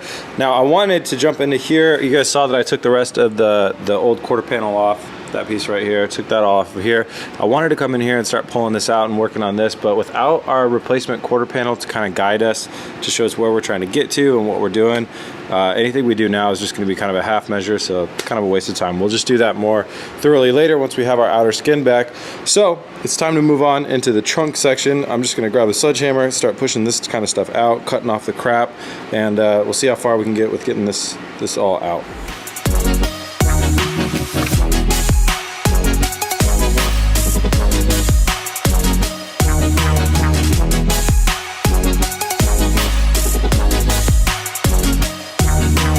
The old sledgehammer barely did anything. Definitely wasn't gonna just kind of pop that section back out like I wanted it to. So what I've done is cut away some of the garbage metal to get that out of the way, and then I've got down to bare metal in a couple key areas that I want to pull from. And what I'm going to do next is grab the MIG welder, and I'm going to weld on some studs, and then I'm going to use the slide hammer to pull on a few different spots and see if we can kind of get this thing to come back out and keep trimming away the garbage metal.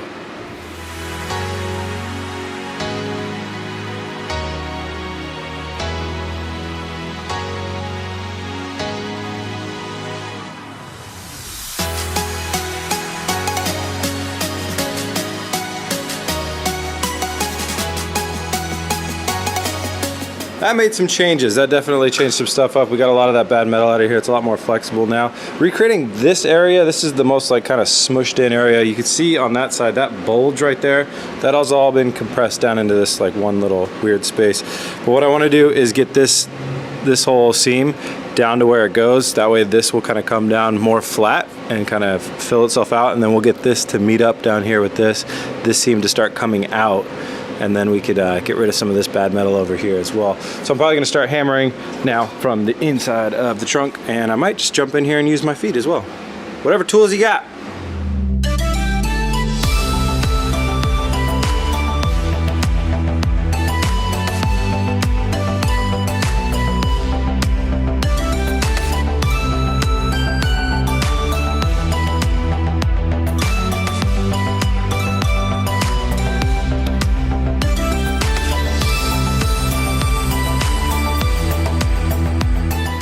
Okay, so this inner wheel well was getting bent out the wrong way. It was actually coming in when it's supposed to go up, and it had a bunch of gouges in it anyway, so I took a second and thought about it. I was like, I'm gonna be repairing that, or not repairing it, replacing it anyways, so why not just go ahead and cut it out now, and it'll make all this other stuff a lot easier to bend around. So now that that's out, hopefully I can get this piece down to meet up here and this stuff out here, etc.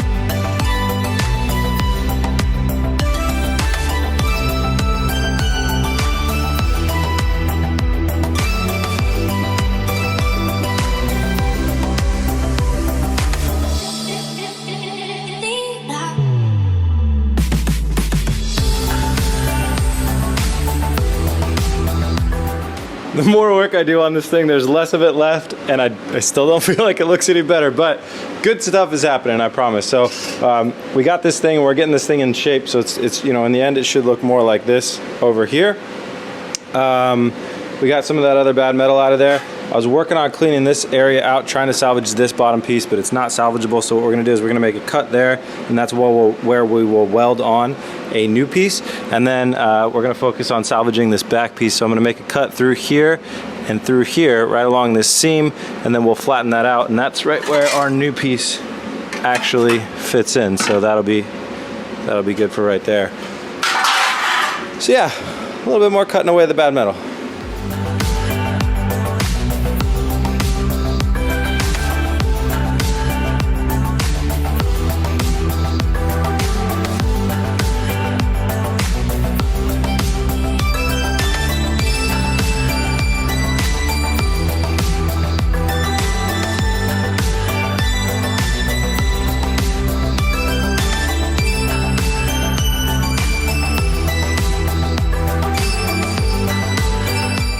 All right, I feel like it's finally looking a little bit better. So here's the strategy overarching kind of what's going on. I straightened this whole thing back up. I can really now see exactly how this thing fits in here and where that's gonna connect. The bottom of the quarter panel will connect to the outside of this. The bottom of this piece connects with the floor right there. So that's one of the, you know, kind of things that we're gonna figure out once we have that outer skin. So we'll connect the floor in here. One piece will connect the rest of the inner tub and get that taken care of. Then one piece with the right width to match up with our quarter panel is gonna run from here straight out to our quarter panel, around, all the way around here. That's gonna be like our inner wheel well, so nothing sprays up inside the quarter panel. And then we'll use this piece as a guide, take our other piece that we just bought, we'll trim it up so there's a little bit extra, and we'll weld it on, connecting that piece to our overarching piece, and then those will both connect into the outer skin of the quarter panel. So we just took off a lot of bad metal and got a really good game plan for how we're gonna fix it. I feel pretty good about this. That was really tough pieces of metal to get off. We're learning things. If I had to go do this again, it would probably only take about a half an hour, but I spent 4 hours doing this. Next thing I want to jump into, the blow-off valves. Why? Because we're having fun today, and they're on backwards. Yeah, I thought, you know what, blow-off should go up. It'll be cool. It'll make more sound and stuff like that. But if any crud flies from underneath here or whatever and gets trapped in here, although when they open up, they should definitely be shooting air out. I don't want any water or dirt or dust or anything pooling up in here and potentially getting into any air system. So they're on backwards. Those things need to be pointing down. So I want to flip them around, and then I want to hear what they sound like.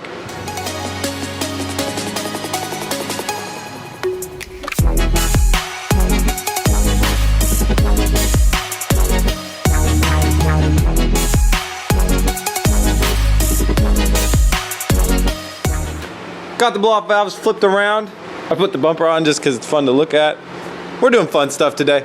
So I'm gonna go ahead and make some adjustments on these. We're going full atmosphere. I'm not sure which way that is, but we'll get it. I'll figure it out. I gotta read the owner's manual. Gonna go full atmosphere. That will make the car run a little bit rich, which could cause backfiring, which is awesome. So we're good to go on that. I left the door open with the battery attached all night, so I'm not sure if the battery's gonna be dead or not, but we'll give it a shot. Let's turn it up and see how these things sound.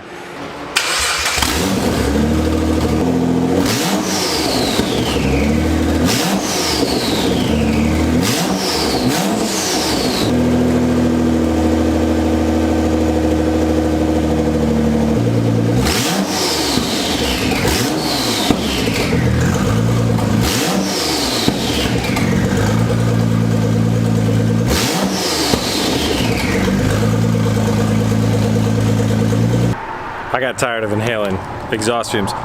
Turns out you cannot hear the blow-off valve sound when you have no downpipes and no exhaust whatsoever. All you hear is turbo spool. But it sounds fantastic.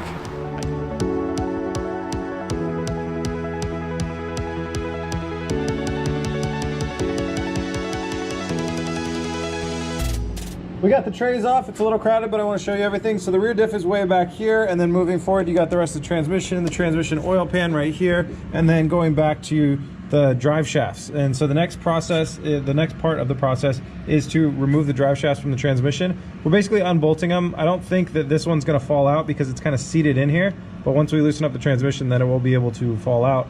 So this is your front wheel drive shaft right here, rear wheel drive shaft right here. The big carbon fiber one goes to the rear wheels. This can be spun around to get access to all the bolts by moving the front wheels, just spinning the front wheels. This one you can't, so you got to put a giant crescent wrench or a box wrench on the back of here, and then you'll be able to turn that. And make sure to mark, you're gonna see me marking where the drive shaft meets up with the transmission flange. That way we can put them back in the proper spot on the way back in. I heard that that is important, or at least, at the very least, helpful for keeping things all balanced and happy and all that good stuff. Here we go.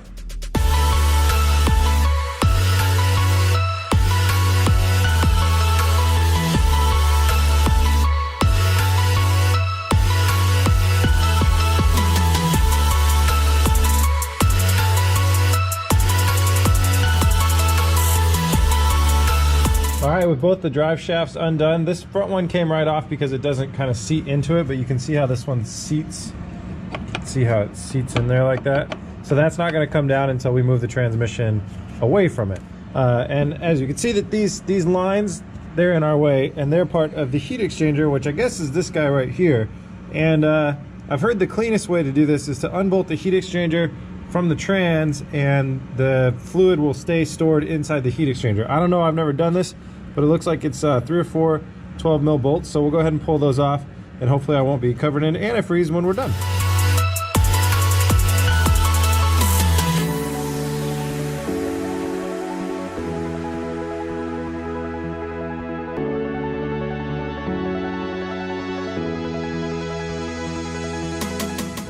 Well, that was a bit of a fail. I wasn't planning on changing my trans fluid. My trans fluid looked really good too, but once I loosened it up, I was kind of in a predicament. So anyways, this is the heat exchanger. It's plugged on the back side. You can see right here, I got some plugs on that. And then up here, this is the transmission, and we have 2 plugs right in there. Got really sketchy because I went to set a plug in there and it actually slipped in too easily and almost flew into the transmission, which would have been like trans rebuild time. Anywho, we got that figured out. Got the fluid to stop draining. If I were doing this just to drop the subframe though, if I were doing it again, I would just pull the coolant lines, because it's a lot cheaper to get more coolant than it is to get more trans fluid. So now that that's done, what we need to do is we need to remove this cross member right here. This is a trans support cross member, but I've read in this tutorial that the transmission will be okay staying up here without it. But just in case, I'm going to go ahead and put some jacks in some different places to catch the weight if anything does sink down. So there should be 6 nuts and 6 bolts holding this cross member on. And then the unfortunate part as well is there are some spots like over here where the jack is in the way of removing the cross member. So I'll have to work around that a little bit. But that's the next step, is to remove this cross member and just to add in some more safety holding things just in case.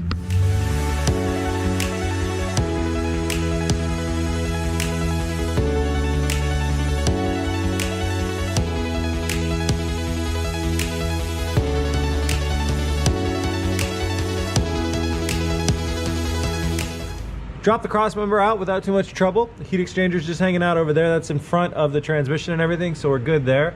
The transmission did not sink down at all, so must be pretty well held up in here. The next thing we got to do is run around and chase down different cables and things like that. So there's 3 here. There's an ABS one right here, an ABS hose right here, and a grounding cable right here.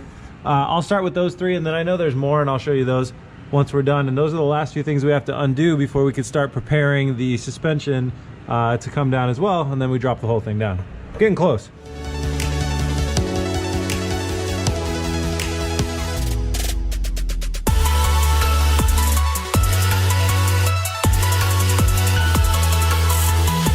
All right, so I got all these 3 plugs back here, and then the rest of the mess is over here. You got to take these 2 out. There's a bracket that you're going to want to unbolt because it has a grounding cable underneath it. It belongs up there somewhere. No, up over there. So behind the furthest forward subframe bar. And then there's another plastic clip here that clips some of this wiring loom here, and you want to get this pulled through, freed up, because you got to imagine this whole section is going to drop down, and you need these cables to stay with the car, so they're going to need to sneak up through here. And I have a feeling it's going to be kind of a hard process to get this thing down, so I want to make sure they can go up there and snake through as easily as possible. Next thing that we need to do is move outside the car and prep the suspension to come down. So you're going to want to take off this bolt right here that'll let the strut remove itself from the knuckle. And then also, it's a shame because we just did these brake lines, but we got to take the brake line off of the brake caliper.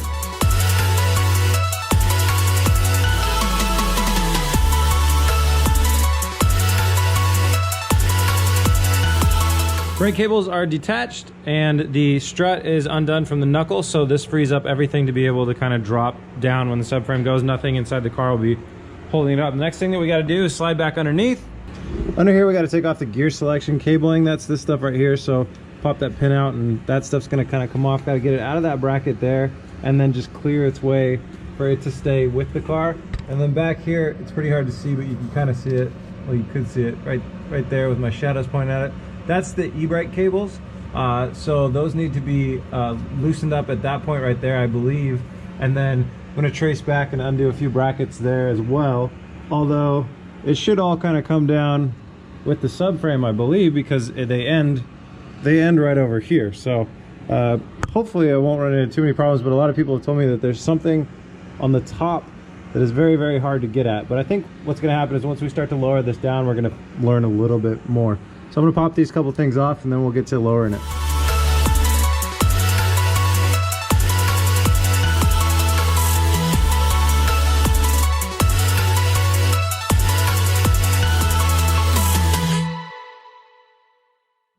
Okay, parking brake cables were super easy. Two 12mm nuts, just pop that thing off. The thing that's really hard in here, and I called this a gear selector earlier. It's not a gear selector, it's actually just sends the car from neutral to park.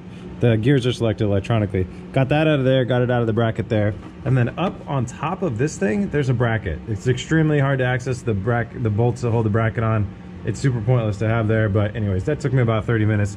I got that off. So now we're free. And it's time to go ahead and place a jack under here. I've read that right about here and then back there are the good points to place the jack, so that's what I'm gonna do.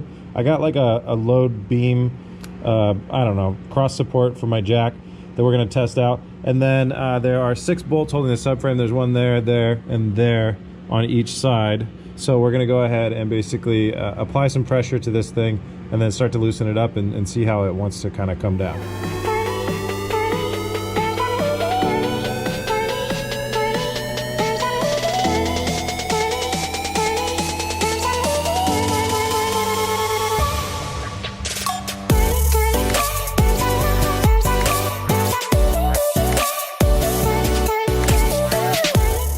We got it out! The rear subframe and trans is out of the car. Came out without any issue. I had my friend Kyle here helping me, making sure that it was like stable as it came down, and it looks good. So it's down, it's on the jack still right now, and it's being held by the trans right now. So one thing to keep in mind is we need to remove the subframe, but the subframe is wrapped all around the transmission, and if this thing goes onto the ground or something like that, we have no way to lift this back up. We could maybe use the engine hoist. It's just going to be a total pain. So we have to figure out a way to get the transmission away from the subframe and the new subframe in there without losing our jack points, and I'll figure that out later. But for now, I'm just going to work on what I know I need to work on, which is all of the suspension components right here on both sides need to come off. So I'm going to pop the axle off because we're going to replace that on the other side, if you guys remember. All the control arms and everything that mounts up to this subframe on this side, I'm going to go ahead and pull off right now.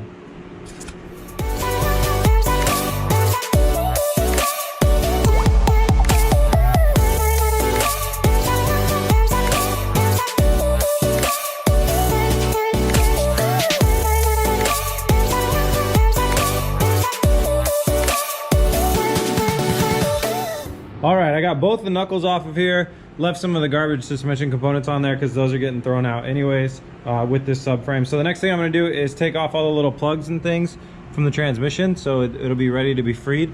Then we're gonna go ahead and get creative. Kyle and I we're gonna like jack this thing up, hold the transmission on a couple jack stands, get it nice and high up in the air, and then try and unbolt the subframe from the transmission and wiggle the subframe off while not dropping the transmission on the ground. Fingers crossed.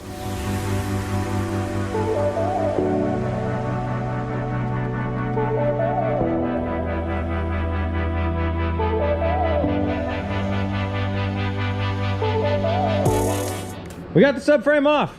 Old subframe is gone. We're gonna slide the new subframe back in. So the transmission right now is supported by the jack mainly, with a jack stand in the front and the rear in case it does any teeter-tottering. But the rear one's not really holding any weight. So what we're doing is we're basically making sure that the transmission is steady, sliding the rear one out. We slip the old subframe out, and then we're gonna go ahead and slip the new subframe back in. We're gonna bring it back up, bolt it up to the transmission, make it one more unit again, and get it ready to move into the car.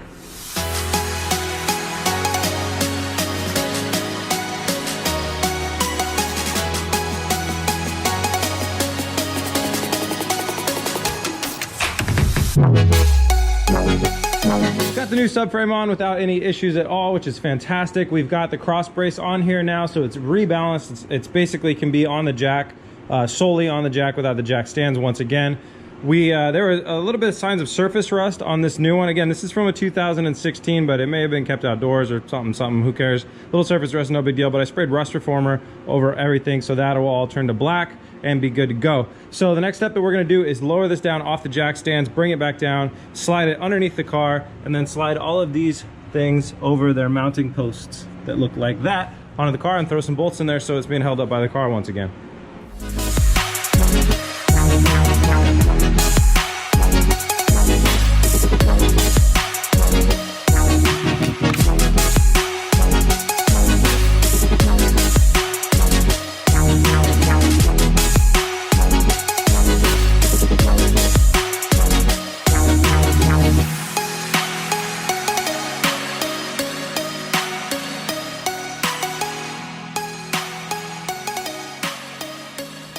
Oh my God, that took forever to get back in, but we finally got it in. It was a lot of just like lowering it down, you know, recalibrating where it was, lifting it back up, trying again, back and forth, back and forth.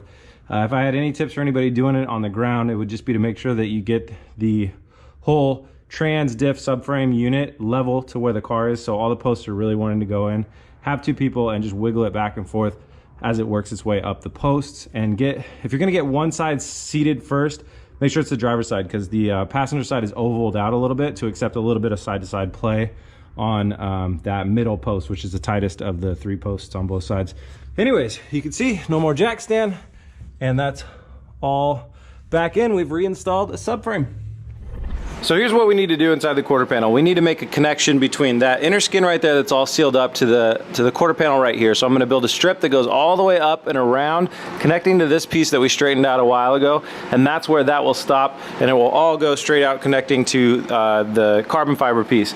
Then on the inside here, that needs to be rebuilt as well, and then from here we should be able to get a good idea of how to build kind of a flat connecting section that will finish out the floor in the trunk. Now to get started, what I wanna do is build as many known pieces as we can, and this is besides the quarter panel being here, this is the only other known piece that we know is the right shape and size.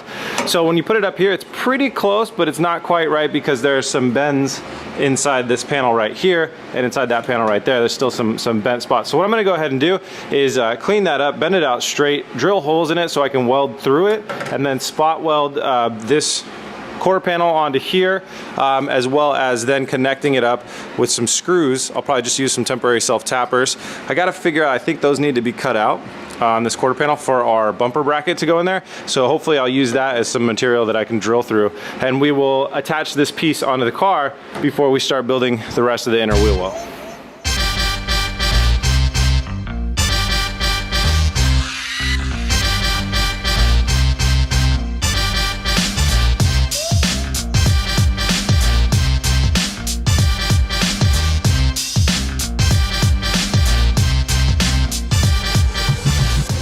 All right, we got our corner piece tack welded in here. You guys saw that I had to build a block off plate for this. This is normally a kind of a one-way air flap. You can see it on the other side right here. And I didn't buy one of those, but definitely one is enough for that trunk section. I don't need another one. So what we did was we welded in a block off plate, and then this will get seam sealed around. Every seam obviously needs seam sealer before we're done with this. So we welded in a block off plate. We tack welded this in place, and we got some good lines coming through here. Some of this needs a little bit of working around as well. But what I want to do before we go too far is I'm gonna drill some small holes where these spot welds go, and I'm gonna use some tack screws, self-tapper screws, and screw the quarter panel to this piece, and then we'll test fit the bumper and make sure everything lines up nicely before we get too far into this.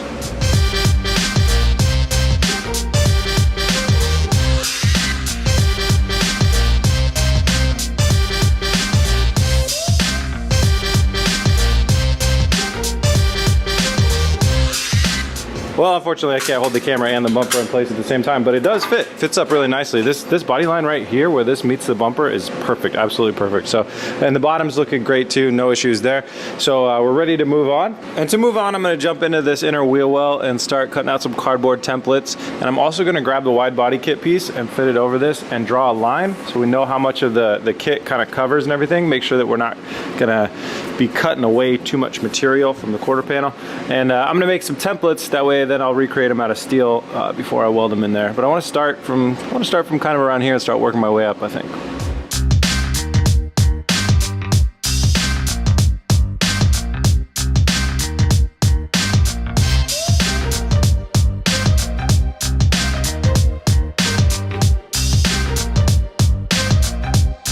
Templated out pieces 1, 2, and 3. That'll get us from this point right here all the way up and around and then back to about here. So before we weld those in, there's some more repairs I want to do. I'm going to try and figure out a situation to clean this area up because there's a crinkle in here that I really don't like the look of. And then also, I don't know if you guys can see right here. Nope, you can't. It's very dark. Let me pull the quarter panel off and I'll show you guys. Okay, so what I was saying is I'm gonna go ahead and do some pulling on this and see if we can get it to straighten out. If not, I'm just gonna cut out this damaged piece and we'll weld in a new one. And then on this seam right here where we had some separation during the wreck, like that spot weld right there and the separation through there, I don't really like the looks of that. So I'm gonna hammer that down, clean it up, and then I'm gonna do some more welding on that seam to doubly reinforce it. Looks like These 3 spot welds are bad, the rest are good, but I'm just gonna add reinforcement all the way through the railing, and back up here I'm gonna do the same thing. Then when we weld in our next piece onto here like this, we'll have a good base to start from.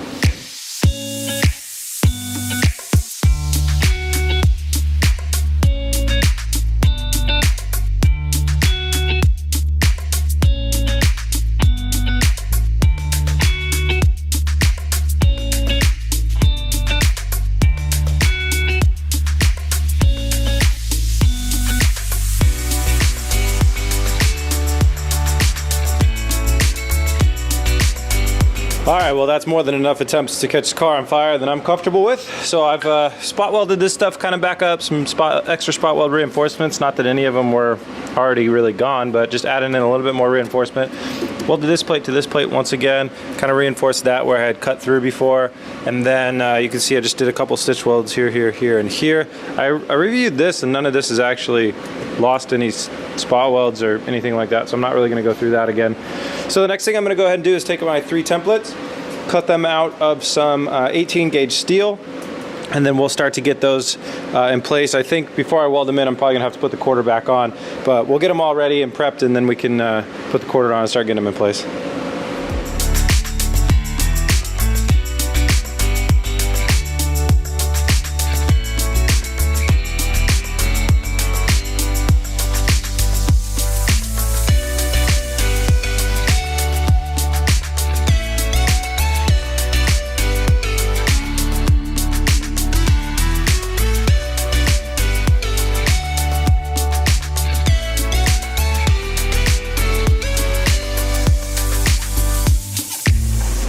Well, it doesn't look awfully impressive. It looks kind of strange because we have this flat sheet metal next to all this really cool crinkled stuff.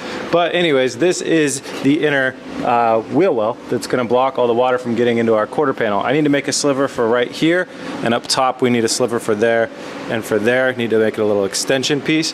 And it's interesting because the quarter panel, as it comes up, it gets closer in, so that this piece has to actually get closer in as it comes up here. But this is a really good, how we have this set up is actually really good as far as staying super close to the quarter panel, which is great for when we need to join them later. And it's high enough up that it gives us our massive, massive wheel arch. So the next thing I'm gonna do is add some more welding coming in through here, and build those slivers, and then hammer all the pieces super close and weld them to each other as well.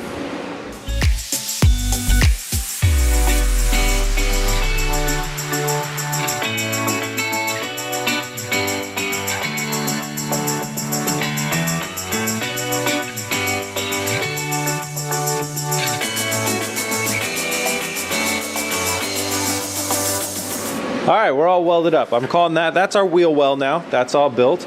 Once you add in all these tack welds, all these spot welds, it gets really, really nice and strong. So it becomes very, very rigid, even though it's not super thick metal. It's all of that structure that gets added in there.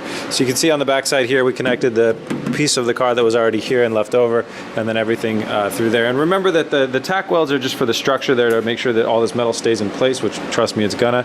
And then the seam sealer that we're gonna put in over all of these seams is what's gonna really keep all the weather out, all the moisture, all the water, all the everything out. So the next thing that we need to do is test fit the quarter panel one more time, build a template from the spot coming here down to here and where it's going to connect with this piece. Then we're going to build a template for this as well, so they're both going to kind of come down through here, and then we're going to close it all off with a nice little flat piece that connects into the trunk floorboard right there, and then weld all that up as well.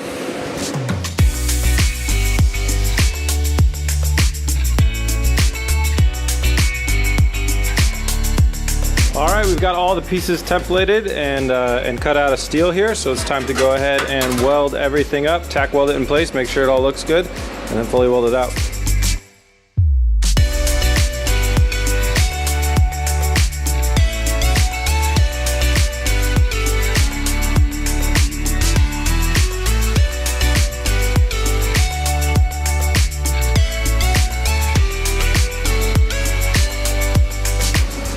Learned a really painful lesson just now. If you're gonna wear gloves and you're gonna weld, don't wear not welding gloves. That's a piece of welding wire that jumped through my glove and burnt its way into my finger, and I could not get it out. Now I gotta grab needle nose and cut it out of my finger. This hurts. On the plus side, it's already cauterized, and I got to use my fancy first aid kit. Damn it. I guess now's as good a time as any to do another update. So I got a little bit more welding to do in here. We need to build a patch piece that's gonna go cover here. And I got this piece welded in, that piece welded in, and then the big main piece welded in. So it's mainly just a little bit more touch-up welding and then a big patch piece. Small patch piece, medium-sized patch piece.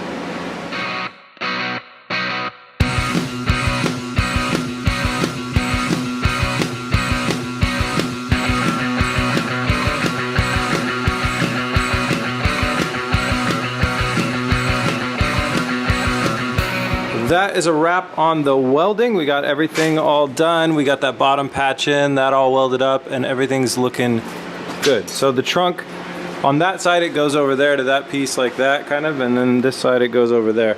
Now, obviously the quarter panel kind of closes us off here. When you look right in there, that piece right there is the quarter panel. So it's pretty similar. They're actually designed completely different as well. They're not supposed to really look the same, but it looks good. And my trunk liner pieces will fit in here, and they obviously cover all of this in the end. So the next step is to clean all the welds and all the metal up with acetone and spray primer.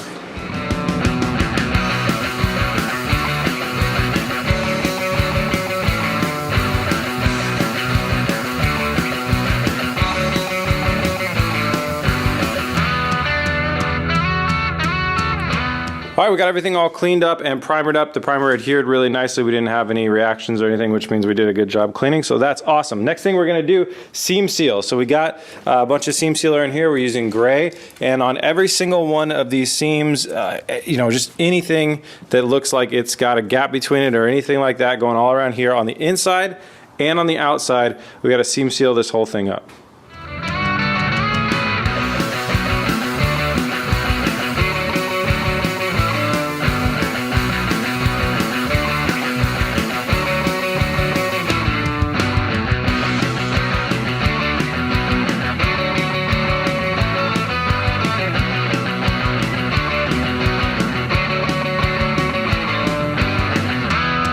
All right, we are all sealed up. So the seams look a lot better once you seal them all up, and it starts to kind of really take shape, I feel like, once you give it a paint job as well. So you can see on the inside, it's all seam sealed all the way around, and then the trunk seam sealed all through here as well. So I'm gonna give this a couple minutes to set up, and then you can paint over it. The top part, this is sealer primer that I sprayed on here. So this is gonna be fine just to leave as it is. It's the same as this primer over here. It's actually just a little bit more protective for the steel. On the underside, we're gonna use a Rust-Oleum truck bed liner. Spray that as a nice undercoating on top of our sealer primer. And then on the inside where the trunk is, I'm gonna spray that white. Looks like the rest of the trunk is just kind of overspray. It's like the same primer as on the outside, which is gray, and then overspray white, but I figured white will probably look the best. So I'm gonna spray this whole section of the trunk white.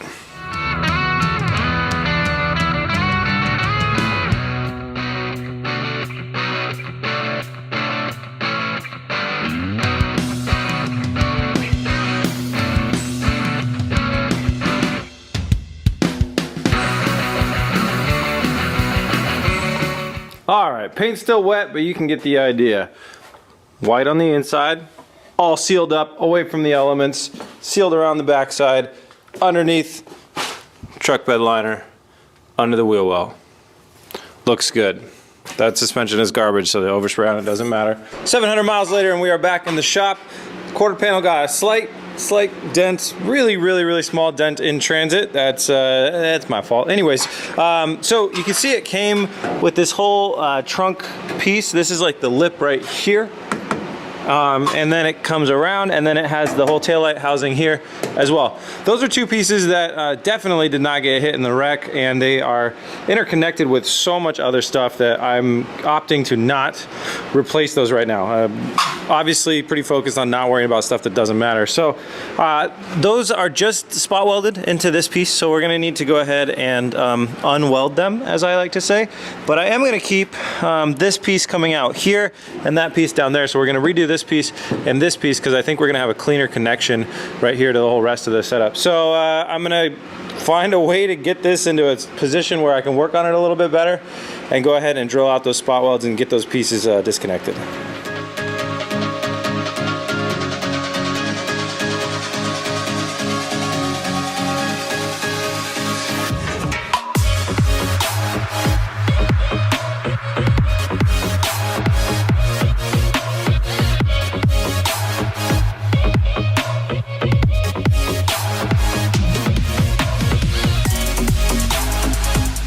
We got the quarter panel down to just the quarter panel. You can see down there, we actually ended up replacing or taking this piece off because it was looking like once I came in here and for me to cut all this stuff out, it was looking like it was probably going to do a little bit more harm than good, because it's very hard to get a cutting device into this thing right here, because this comes down and actually overlaps by several inches and stuff like that. I was going to have to destroy a lot of stuff. And so what I did instead is I test fit everything, made sure everything's like lining up here and here where we want it to, and everything is lining up correctly, and then I made the decision, go ahead and remove that part. We still have it if we ever need to go back to it, but right now it doesn't look like we need to. So the next thing we got to do is modify our DIY wheel well a little bit and bend this metal down.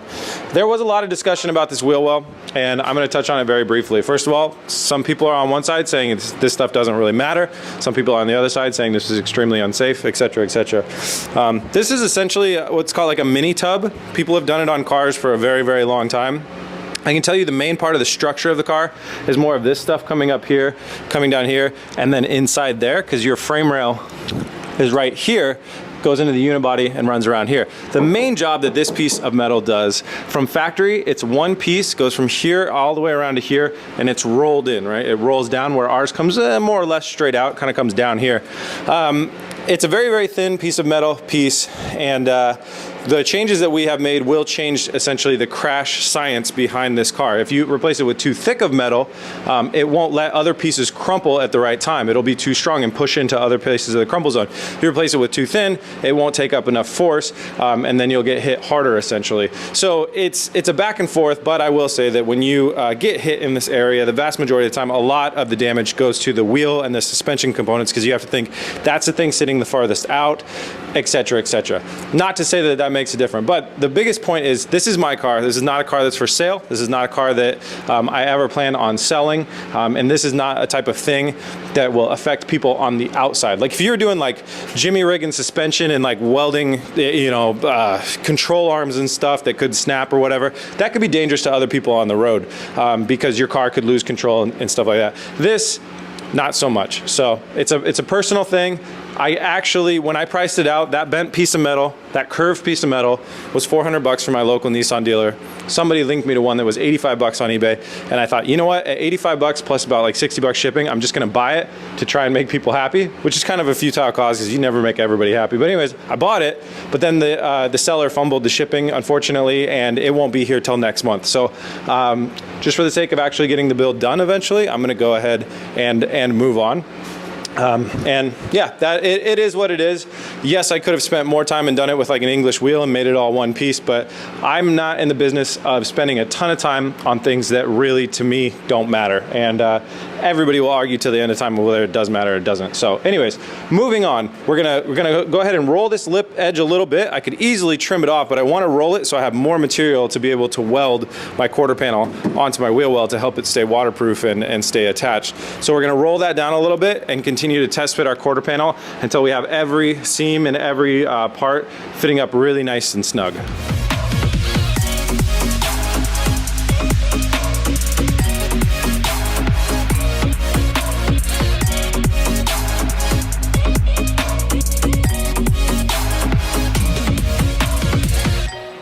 Okay, we got the quarter panel sitting on here very nicely. The metal is all happy, and we got a really good mate between the inner wheel well and the outer spot here. And the game plan for that is once I get this whole thing mounted on here, well, I'll probably just jump on the inside. I'll cut from the inside out along that line, and then I'll weld the two pieces together all the way around, and then waterproof it so no dirt or anything can get inside our quarter panel.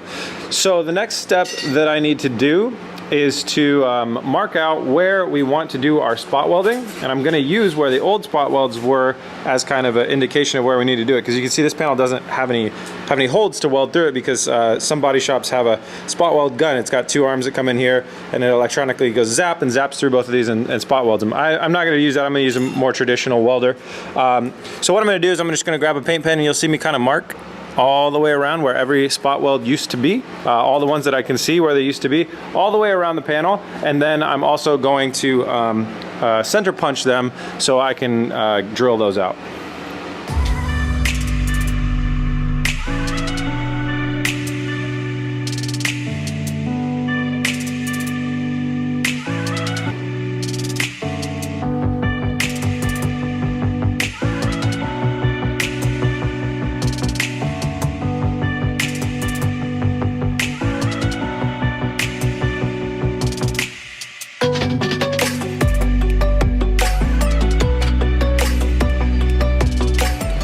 All right, we've got our panel ready to go. We've got all our spots that we need to weld it to the car all drilled out.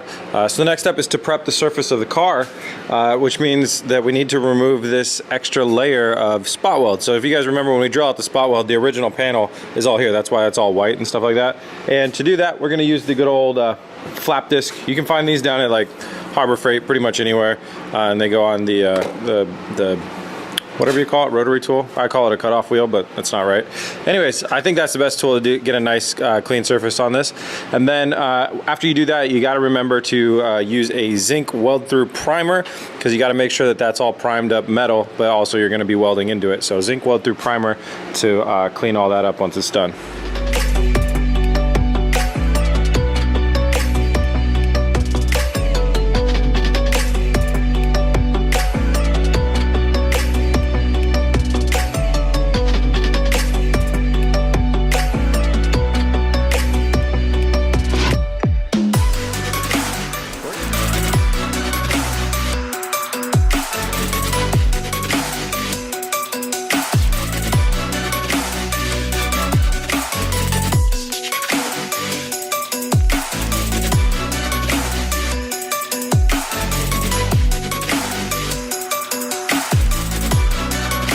Okay, we threw a couple welds in, like we got one here and one here and one here as we're moving up, and test fit the door. Door fits great, so I'm very confident with moving on and fully welding this thing up.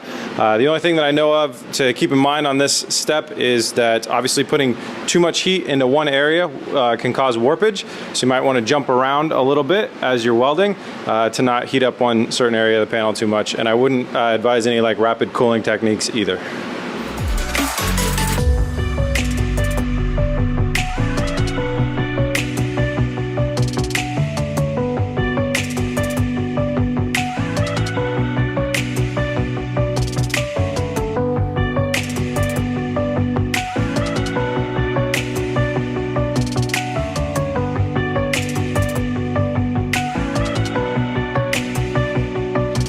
I don't know if you could see me panicking there for a bit, but somewhere in this mid-range right here, while welding through, it must have hit some sort of foam or something underneath and caught the car on fire on the inside. So inside the structure, underneath the metal where I can no longer access, was on fire, which is super scary. It's one of my biggest fears when welding on cars like this, is having the car basically burn out from the inside. So just a reminder to have your fire extinguishers absolutely everywhere. There's a bunch of them in here. We keep 4 of them around. So you don't burn down your shop as well. But yeah, scary stuff. A little bit of a panic. But now all we have to do is work on this back section here, and then it'll all be all sealed up, and there's nothing that'll catch fire. And here I know because I built it.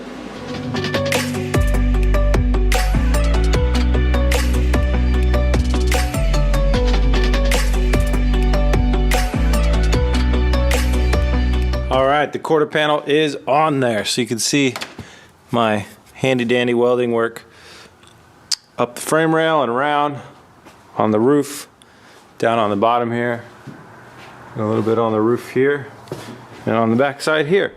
All right, getting started. Kyle and I are going to be working on axles and suspension. So down here, got an axle. We need to go ahead and bolt up the new rear axle that we bought. That's that, like, what is that, 6-bolt looking thing right back there, and that's going to run out this way. And then I'm also going to install the rest of the suspension components.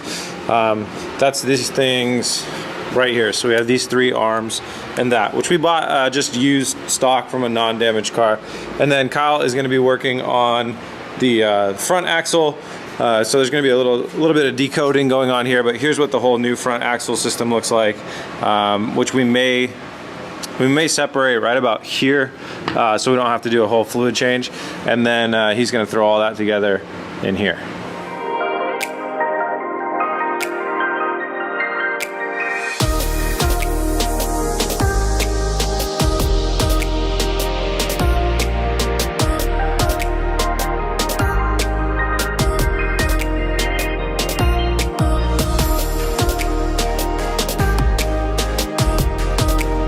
Ran into a bit of a stopping point on both sides. So we realized that this thing really not going to come apart at this joint.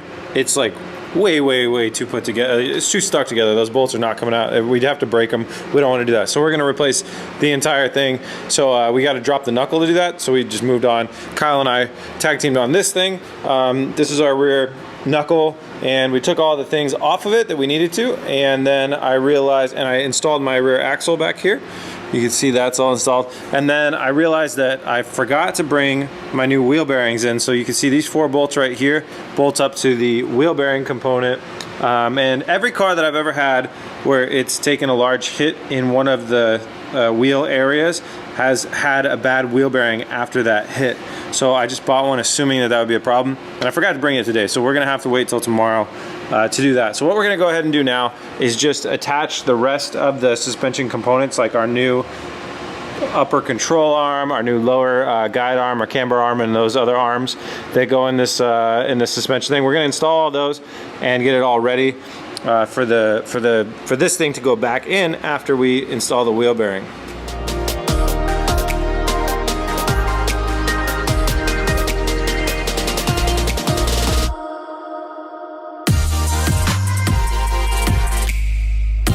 All right, we got all the suspension components all bolted in and ready to roll for when the knuckle has its bearing replaced.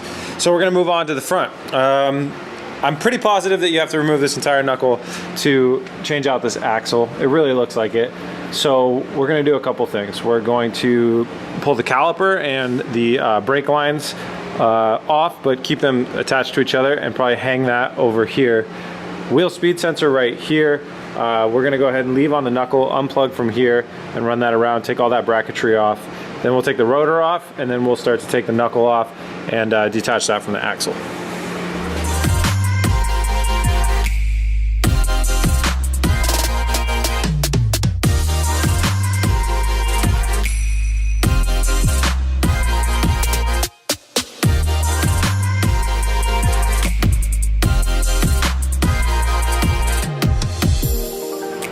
I managed to get this thing to be able to get out of the way without taking the brake system off, at least I think. So the next thing we're moving on to is removing the nut from the axle, but it's super stubborn.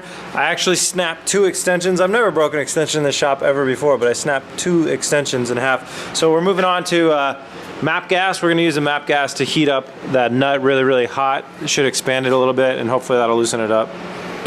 I don't know. Fingers crossed we don't burn the house down.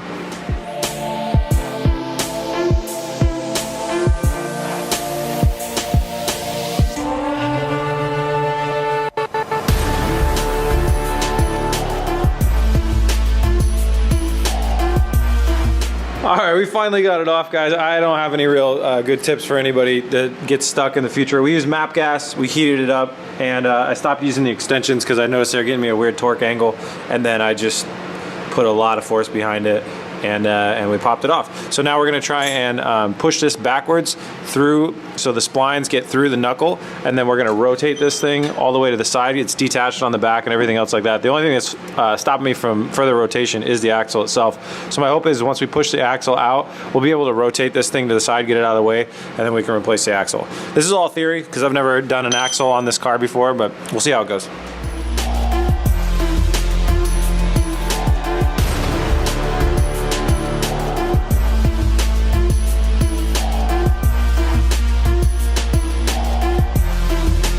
All right, we got the axle out, but you can see that it can't slide all the way out because, oh, you can also see deep down in there, that's where it came from. And luckily, like, no crazy amount of fluid came flying out with it. But we can't really slide it through that coilover. So this is our first coilover that we're gonna need to uninstall. So 3 bolts on the top and a lot of wiggling and taking that brake line off and this wheel speed sensor off. And then we'll pull that out and along will come the axle.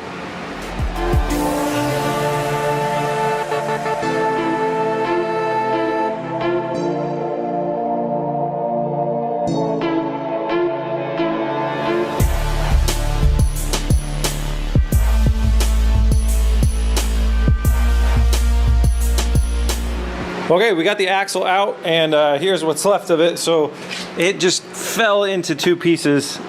It's not a sign of a CV joint that's in good shape. So that's why I really wanted to replace this whole unit rather than just trying to replace the boot.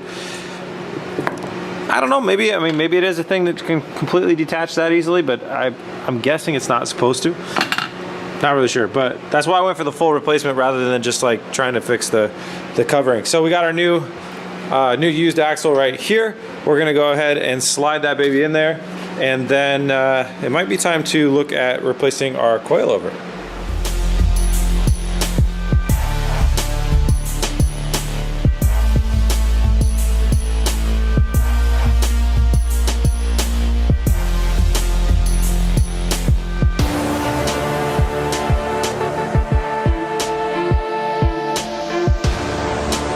All right, here is the coilovers that we're gonna be using on the GTR. We're gonna go ahead and unbox them, and I'll tell you a little bit about them and how we got them.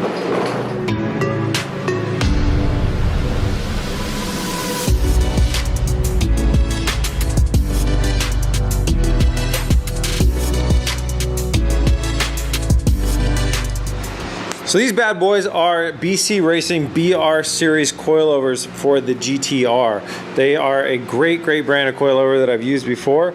We just put some on the Z4 build, and I'm stoked to have them on this build. Since we have all this stuff out, I think it's gonna be a lot easier to get this front coil on the car while we don't have it all bolted back up together. Well, this is detached from the lower control arm.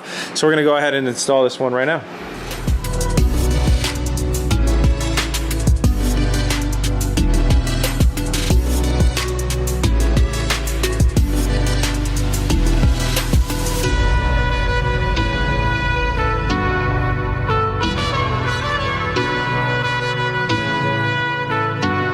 All right, that is our front driver's side. We got the new axle in there, and we got our new coilover in there. Now we're gonna come over to the back. This car has got a very uniquely difficult suspension system to install. So I wanna show you guys, and just cause there's a lot of new viewers here, and I know coilovers are one of the most popular products, I wanna just show you like a walkthrough on how to do it. On the GTR, on the rears and the fronts, you want to locate the top of the strut tower, and so you can unbolt the thing from the top. And on the GTR, it's tricky. It seems to be under here somewhere. So we're going to do a little disassembly. Probably going to have to remove this thing, or at least get it out of the way. And we'll get access to the top of the strut tower to remove your OEM strut.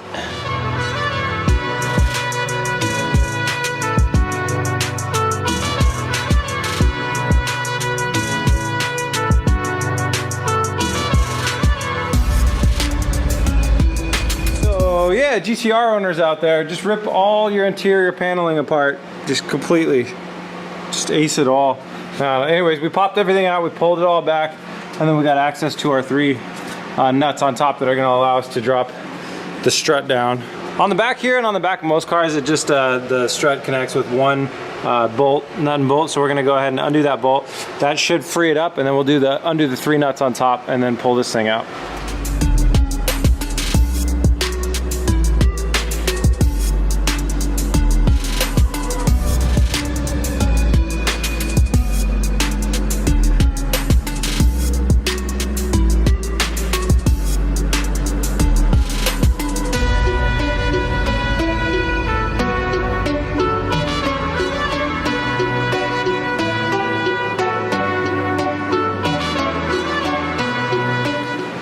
Well, it was a really unorthodox way of having to work this to get that out of there, but you had to take the nut off of here, the axle nut off of here, so the axle could slide into the hub, and then take the top bolt out of here so it could disconnect there, and then you could push it down and it makes room for the stock strut to come out.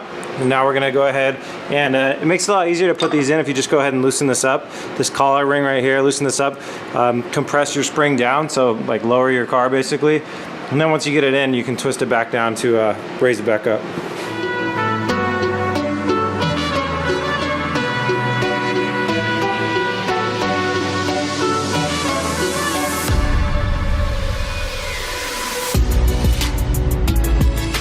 All right, and that front coilover is now installed. Oh, we gotta tighten these guys down. Tighten those guys down real quick on the top, and the front suspension is installed. All right, it's a new day and we got our wheel bearing in. So this is what a wheel bearing looks like for the GTR. It's kind of unconventional. Normally, you're pressing bearings and stuff like that. This is just like kind of one sealed up unit, which is nice and handy. So it looks like it's just 4 bolts in the back here, and then our old wheel bearing should come out, and then we'll replace this one.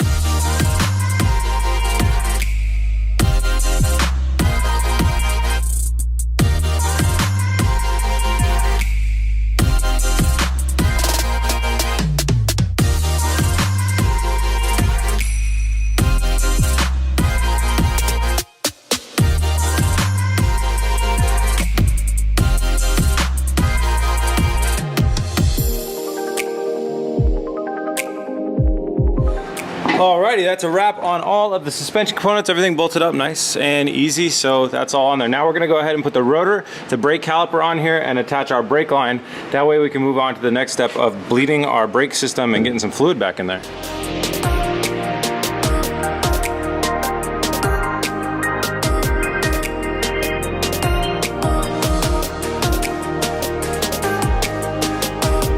All right, we got brakes and rotors, so this is easy. You slap the rotor on here just over the stuff, throw the brake caliper on there, 2 big Allens right here, and then attach the brake line, which is back there.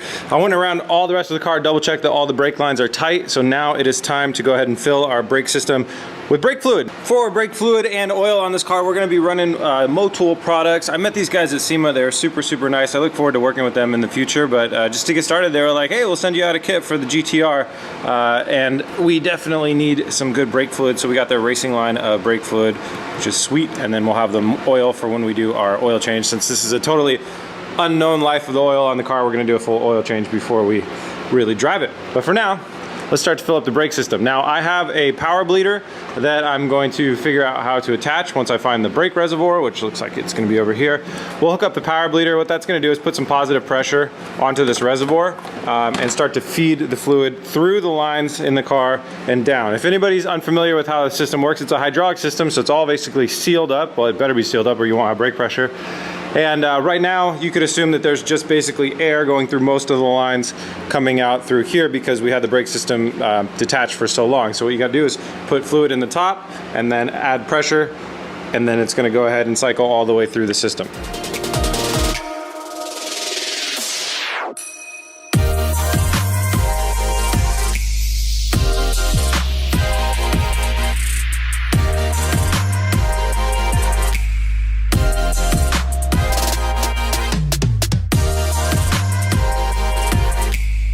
Well, that worked really well. We just took this guy, added positive pressure, and just started and filled up the reservoir, and then just started adding pressure and fluid until we saw it dribbling out of every single brake bleeder. There's actually one on each side of this caliper, on both sides, on all 4 calipers. So once it was dribbling out with no air bubbles, then we stopped it, and we kind of just went from here to here to here to here, and then we went back and then did a traditional kind of bleed on the system, make sure there's no bubbles in the lines with that positive pressure on there. And then when I went to test the pedal, man, it was like super firm, super perfect. All in all, great brake fluid job, and it only took us about 15 minutes, so yay, brakes are done, suspension's done. Throw some wheels on this thing and go for a doorless drive, right?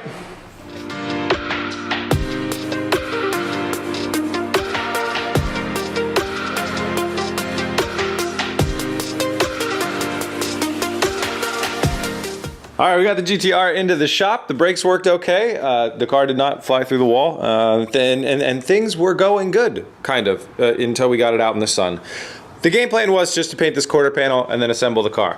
Once we got the car out into the sun, I had the rear bumper cover on here, and I had the over fenders on over here, and I was looking at it in the sun, and I could tell a difference between the 2 paint colors. So sometimes in here, the difference of the paint colors isn't very obvious because you get a lot of highlights from all the lights that we have installed all over the place here. You get a lot of highlights, but the sun really helps show the low lights and other things like that, and it can obviously shine a light on a bigger area at once, because the sun's pretty big, guys. Anyways, I could tell that there was too much of a difference in the paint. I did a little bit more inspection on this car, and I found out like this car actually has been painted before. I wasn't 100% sure because it's a very good paint job, but you can see some of these tape lines here. You can see a little bit where they had a problem with the masking. But when you look at the lack of orange peel on this thing, you look at how smooth this finish is. They definitely wet sanded, they definitely color sanded this paint job. So it was an immaculate paint job. The only problem is we're never gonna be able to match that color paint back up. So we have to respray the entire car. I like this car already. I plan on having this car for a long time, as long as it doesn't like break on me too much or anything like that. I plan on keeping this car for a very long time and dailying it for a long time. So I want it to look absolutely perfect, which means all the colors gotta be matching, which means we gotta paint the thing. So we're starting paint prep. You guys know how that goes. Cleaning first and popping off moldings and stuff like that we don't want to get paint on.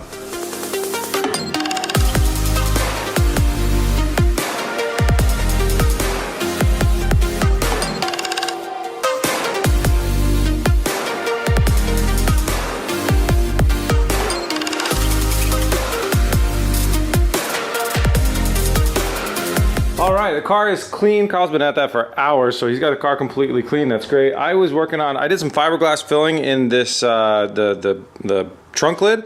So there's fiberglass backing right here, and I got a little bit of lightweight body filler on the front there to finish it off. So I still need to sand this down, but that's because our carbon fiber strip, it covers this hole, but it didn't cover this hole. So our strip that runs across here, I'm going to utilize this hole as a way to set a bolt through from the back, but that's got to be cleaned off. This needs a little bit of adhesion remover, a little bit of cleanup left to be done on that, but I didn't want to interrupt the body filler. So the next thing that I'm going to do is move over to the quarter panel. And on the rear quarter panel, I accidentally put a dent in here, so I'm going to need a little bit. It's a very shallow dent, so a little bit of lightweight body filler here, and then I've circled a couple little spots to come back and check on, so we'll clean these up and check on those and see if I need to do any body filling around these as well.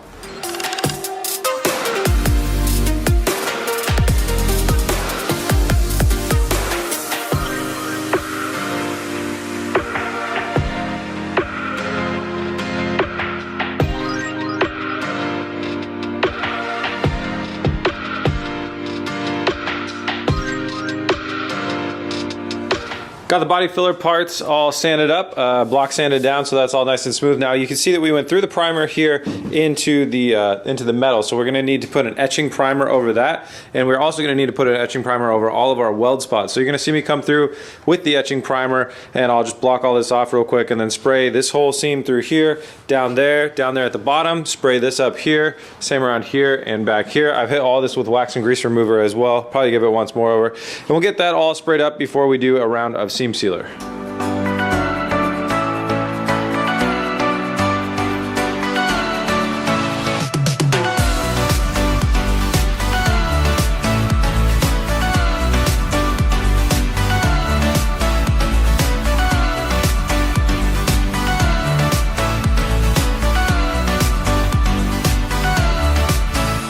All right, done putting in the seam sealer, so we got that all sealed up all the way around. That'll make sure that we don't get any water in any of these cracks or anything like that. You guys remember when I broke this upper molding piece, the one that goes through here? Yeah, that happened because I didn't realize that it actually screws in and doesn't just snap in.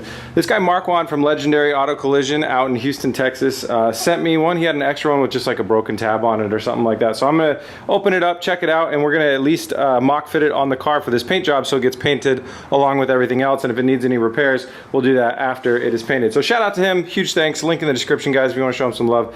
That's not a cheap part. It was really cool he sent it out for me.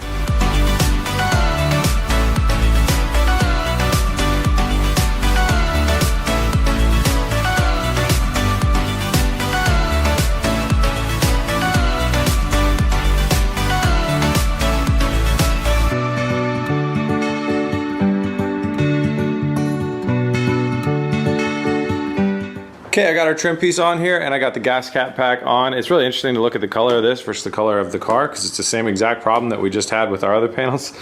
So this and the panels that we were painting are the same color essentially. They're extremely, extremely close, where this is a little bit more olivey looking or something. I don't know. Anyways, we're gonna repaint it anyways, so no big deal there. Now, the next step is to tape up everything. So Kyle's got to start on that side. I'm gonna help him over there. We're gonna finish up that side and then we'll tape up the whole rest of the car.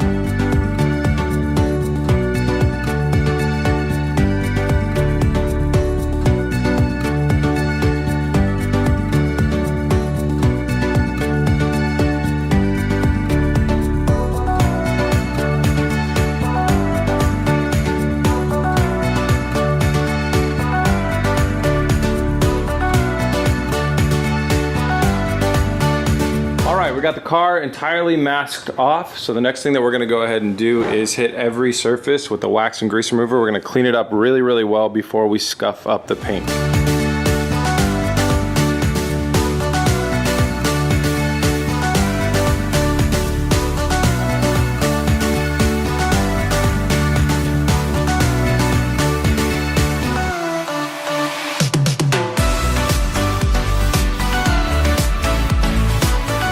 The car has been scuffed. It took us hours and hours to scuff this whole car up. We used 600 grit sandpaper, got the trunk lid and all the other good stuff all scuffed up. So I think I mentioned this, the roof's going black. So we're gonna go ahead and take our entire car plastic stuff, roll that over the whole thing, cut out a little square, mask that off. So we're gonna be painting just the roof first with a black base coat. Also, while I'm doing that, Kyle and I are also going to install a couple more lights going vertically instead of horizontally. I found out it's a little bit more efficient and easier to see what you're doing on like the side of the car if the lights run up and down vertically. So I'm gonna install 2 lights over there that are gonna run vertical to help me keep my wet edge when I'm painting on that side.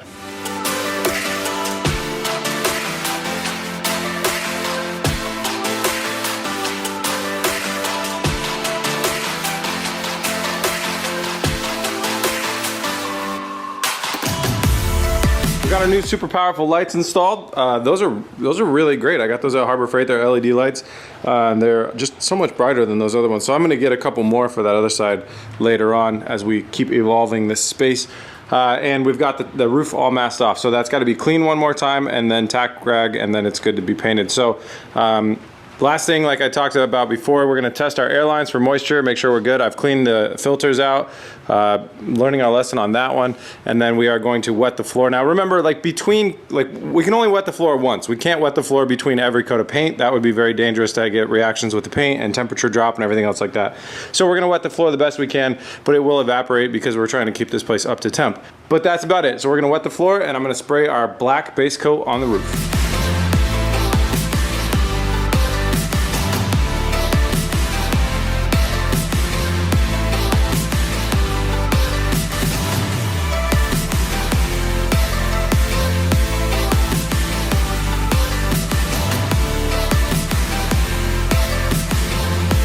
All right, the roof has been painted black, so the next thing we're gonna do is mask that section off so that when I spray the base coat and mid coat on here, we won't get any of that on the roof. And then we'll take that masking off and spray clear around the whole car.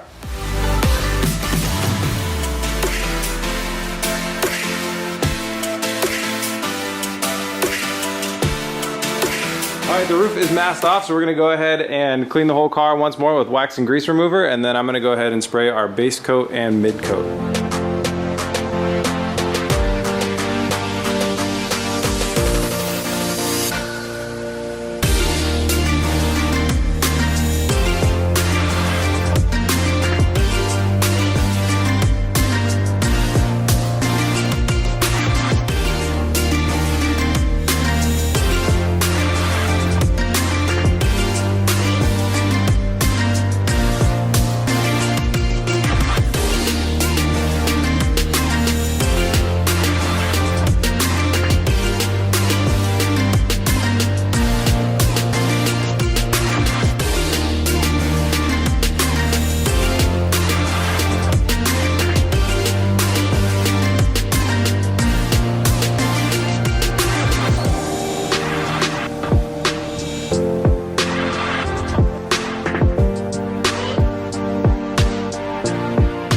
All right, well, it's starting to really look like that ivory white GTR that we wanted. I'm pretty happy with how the base coat and mid coat came out.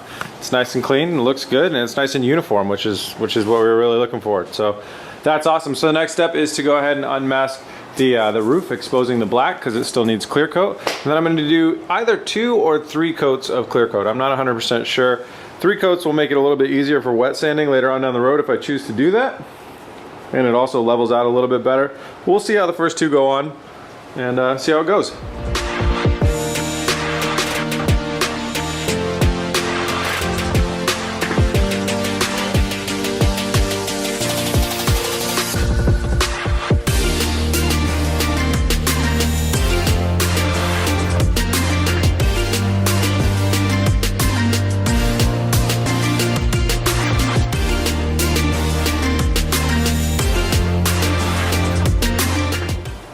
We did it! We got a good paint job. This time on the first try. The car looks fantastic. It looks amazing. It's toxic in here, so I can't breathe. I got the respirator on. But it looks fantastic. This is a really good paint job. There's like no tiger striping. We got a nice clear on here. I'm really happy with how this went off. So let's give it some time to dry All right, well, we clearly got the car into the shop, so we're gonna be working on this back area here, trying to get everything really looking clean and more like a GTR. To do that, we're gonna need to do a little bit of cleanup on the headlights. They got a little overspray. It's not actually stuck to them, it's just a little dust, so we're gonna clean these up. And a tab broke off of one of these, maybe 2 tabs, when the accident happened on this taillight that goes over here. So we got some plastic weld stuff, and we're gonna weld those up really good. You wanna make sure that your housing doesn't have any holes in it for condensation to get into, but also it's good to have all your mounting tabs.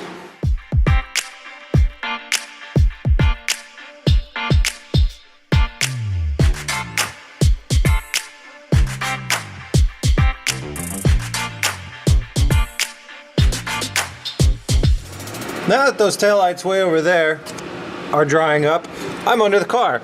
And I wanted to show you guys the replacement procedure for the damaged, or not damaged, but removed stud. So our turbo was missing a stud on the bottom left there.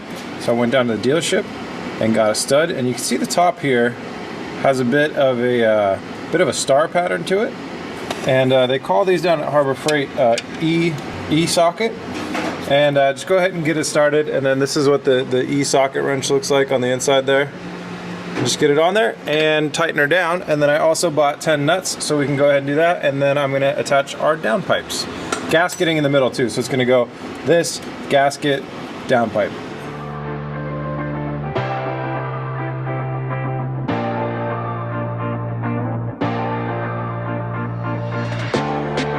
I gave it a little bit of a try, but once I got it in there, I realized I wasn't going to have enough access to install the O2 sensors with it in there. I figured pull them back out, install the O2 sensors on the ground. This car is kind of strange. Different O2 sensors for different sides. 2 different part numbers, one's for the right, one's for the left. I'll Google that real quick. We'll go ahead and put our O2 sensors in here. I'm going to slide it up then into the car and then plug the O2 sensor in, and then I'll start setting the nuts on the back of the turbo to hold the downpipes in.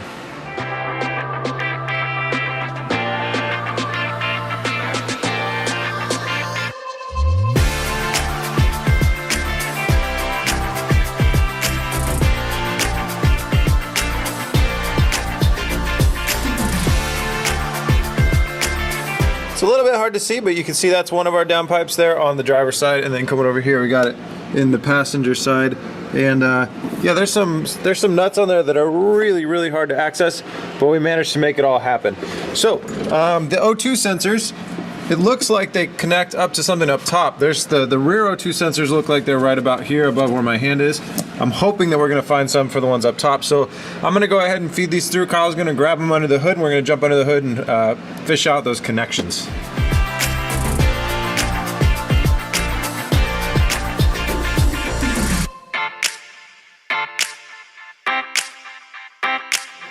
All right, so anybody doing this at home, there's some very short amount of slack on both sides, and you just plug it. There's one in this bank right here, and then one over there that you plug in. Moving on to the titanium parts of the exhaust. So the downpipes that I just installed and showed you guys, those are stainless. These are stainless too. I don't know why, but every kit that I look like, those are made out of stainless. There must be some reason to it. There probably are full titanium ones, but I'm not sure if, I couldn't find any. And then the rest of this stuff is all the titanium bits. So you got titanium tips, we got titanium mid-pipe. This is like, I mean, this is so crazy how lightweight this stuff is. Stronger than stainless, I believe, and much lighter. I think it's even lighter than aluminum. Don't quote me on that. I'm not a steel expert, as you guys learned on the 240Z. Anyway, so titanium, all the good bits. The next thing that I'm gonna go ahead and do is, so these pieces connect up to our downpipes with some more gaskets and nuts and bolts right here. So I'm gonna install both of these 2 things. And then they're gonna slip over this part of where the titanium starts, and we're gonna be using these collars to cinch it down. I'm gonna jump under there right now and get all that done.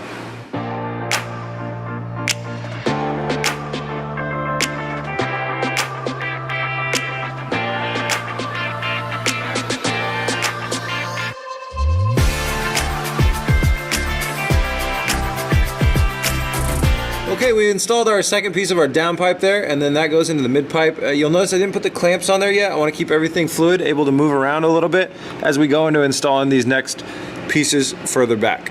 So moving on to the back here, we need to go ahead and mount our bumper. That way we can mount our rear bumper lip and we can figure out where our exhaust needs to land. So to mount the bumper, we actually need to mount the taillights into the bumper.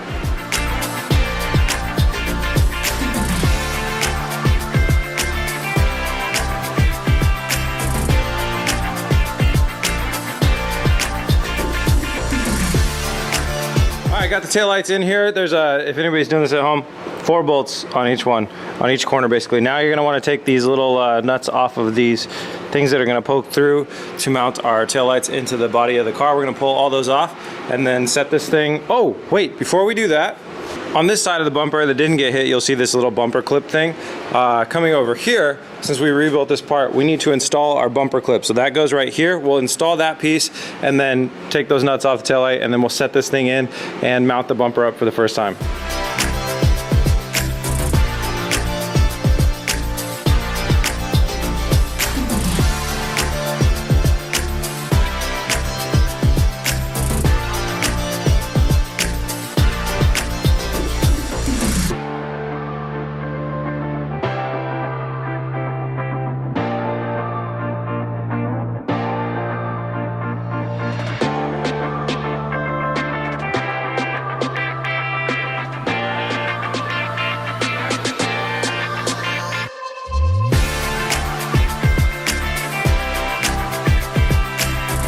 All right, starting to look like a GTR again. We got the back all together, so taillights in the bumper, bumper on the car. Got these little corner light buggers in there. Those were a little bit difficult, but everything's fitting up really nicely and secure. And then what we did was we test fit this little bottom bumper lip. Now this is just mock fit on here because it's got to come off to go into the paint booth. I bought this used on eBay. You can see there's some imperfections here, and on the other side there's some black paint on there. I don't really know why. So that's got to be cleaned up, and we're gonna paint this all jet black. It's like a metallic gray right now. We're gonna make that all jet black.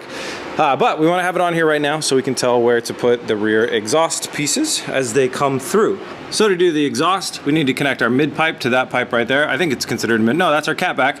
Basically going back through here, and then we're going to install our mufflers as well. The stock exhaust brackets are right here and right there. And if I had those, this would be a really easy job, but I don't.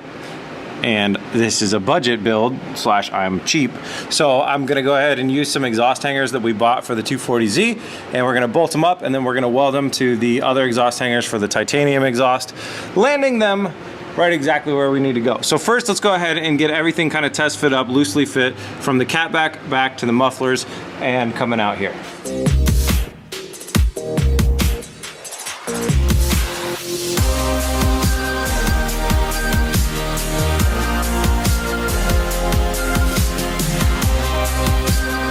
Okay, remember all that other stuff we said we were gonna do? We didn't do that. I ran the e-brake lines above the transmission.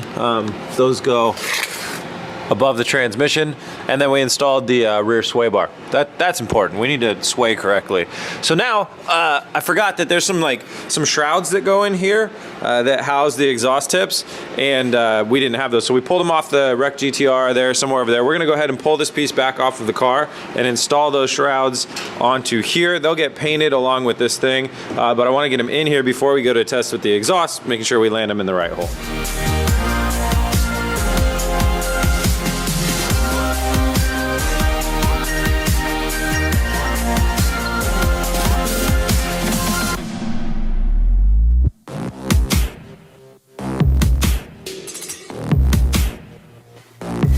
Okay, we got our shrouds installed there. They rivet into the rear lip thing, and then that's all kind of temporarily back installed. So next part is the cat back pipe right here. This goes towards the front, that goes towards the back. I'm gonna jump underneath and bolt it up.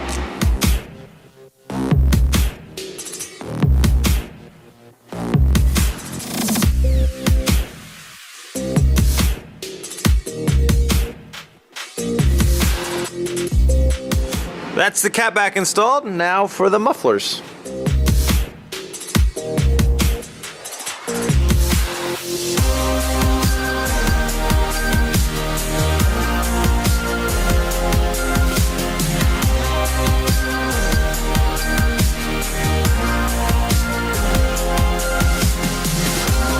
It's looking like a GTR with titanium exhaust. everything's just test fit in here right now. We went with the catback pipe right there. On the jack stand is what's holding everything up, and then we threw the mufflers in right now, and then just loosely slid the tips on there. So everything looks great. The mounting points off of the muffler, so the mufflers, off of the mufflers, you got a rod that kind of looks like this, and it's got a little flared end, and it needs to go into an exhaust hanger that's kind of like this. This is a universal like exhaust hanger setup that I bought for the Datsun. We just need to use this part right here. I'm gonna go ahead and slip this rod out. This is gonna go on the end of the titanium exhaust. This end's gonna bolt up to the car. We got kind of lucky, no fabrication really needed on this part. So I'm gonna go ahead and bolt up this part, and then we'll start to tighten stuff down. And if we can get it all to match up and look great, then we just need to figure out one more exhaust mounting point back towards the middle.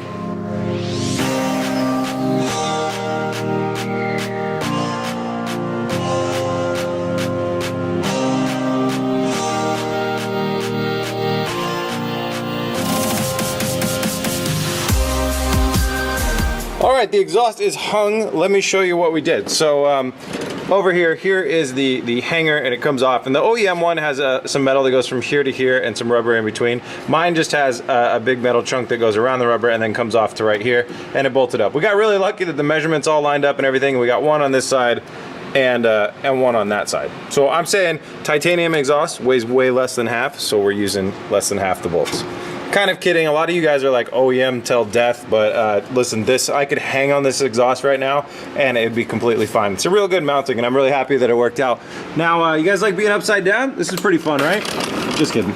Moving on to the back midsection, we got lucky as well. It's just, you know, the hanger kind of came out of here, and we used the same process over here to bolt it onto there. So if you look way back there, we got some slip joints that need to go on. So there's 1, 2 right there, and then there's gonna be 4 for the exhaust tips. We're gonna go ahead and clamp all those babies down, and it'll be time to start up the car and see how it sounds.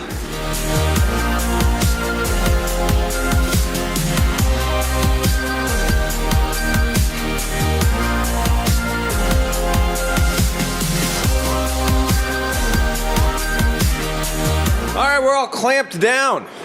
Looks fantastic. This is our configuration. That one a little bit in more than that one is the look we're going for. Now, like you guys, I want to hear how this thing sounds. So we're gonna start it up. We'll listen, hear what the cold start, well, we're gonna add some fuel, then we're gonna start it up, see what the cold start sounds like, and then I'm gonna give it some time to warm up, and then I'm gonna wrap the hell out of it. Sounds good. All right, let's see if our gas gauge will work. We added some gas. We added about like 4 gallons or something. Focus! Hey, we're off of E. Okay, that's working. Let's see what the cold start sounds like.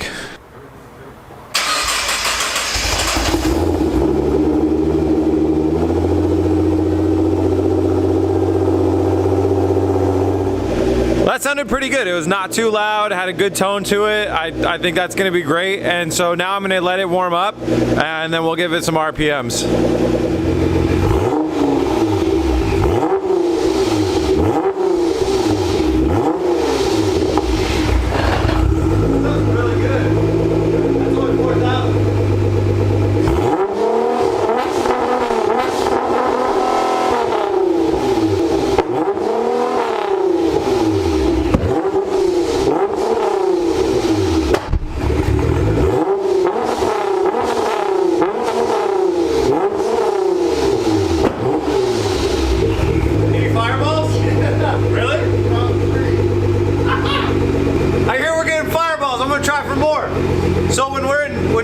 I think because of launch control, it can't go over 5,000 RPM, or the previous owner put some sort of 2-step configuration on this.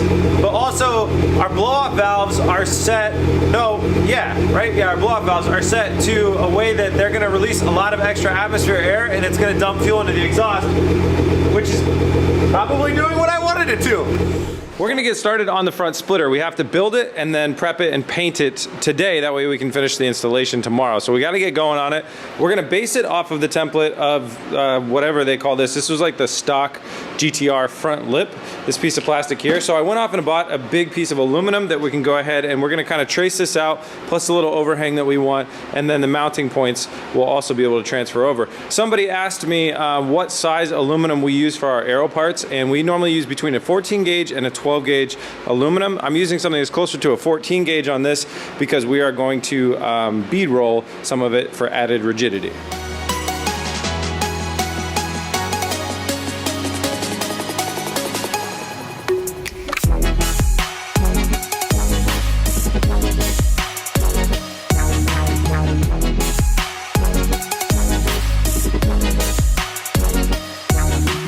here's the blueprint for the front splitter.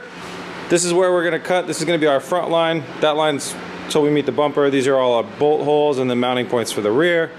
It's all pretty good. Next thing we're gonna do is get it up on some sawhorses and cut it out. And to cut that out, we're gonna be using one of these bad boys.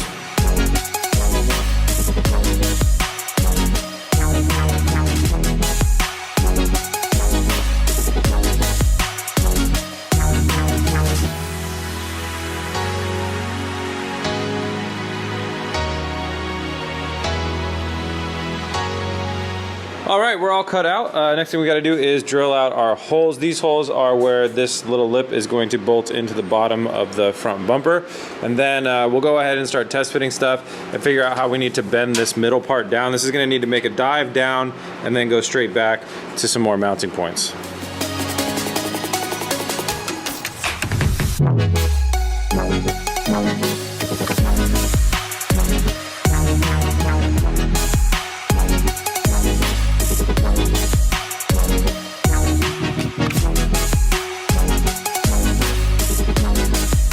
We got all our holes drilled, and then we took a little bit of slack off both the sides here so it could fit into our brake. And then I remembered before we bend this, we want to go ahead and use the bead roll on it to add a little bit of rigidity. So when you're working with something like this, like aluminum, you're going to save weight by going with a thinner material, but then it's not going to be as rigid. So then you can use the bead roller, and that will help add a little bit of rigidity. That's why even like on these plastic things, you see all these little ridges and different things in there, because it just makes it a little bit stronger.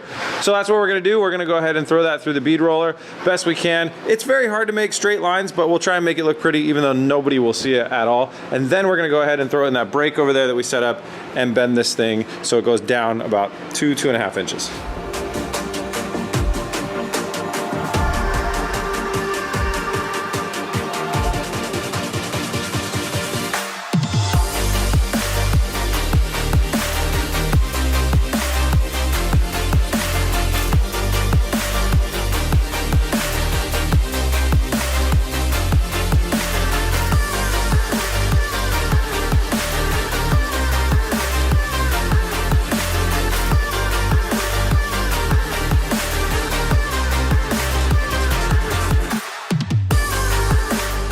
After quite a few iterations, we landed on a design that works. So we bead rolled all the way through here, one across here that we didn't really make that very straight, 3 in here, and then 1 in there, which makes it nice and rigid. So we got our rear mounting point that is goes under the intercooler and mounts up right here, and then we have our middle mounting point, and then we'll have support bars that also come out here to help mount it up, and several bolt holes around. That'll be plenty. So this thing is ready to be paint prepped and painted. The bumper, I'll show you guys right now on screen. This is a picture of what a Liberty Walk front bumper looks like. Now those front bumpers are going to come and they're going to be fiberglass. I'm not a big fan of fiberglass bumpers, so we're going to use the urethane one, but I do like the aggressive look of this center section being painted black. So I'm going to go in and we're going to bring this into the paint booth and prep this thing to be black. And then like we talked about in the last episode, this rear piece back here, this guy also needs to be black. So we're going to go ahead and pull all these parts off the car now and bring them into the paint booth.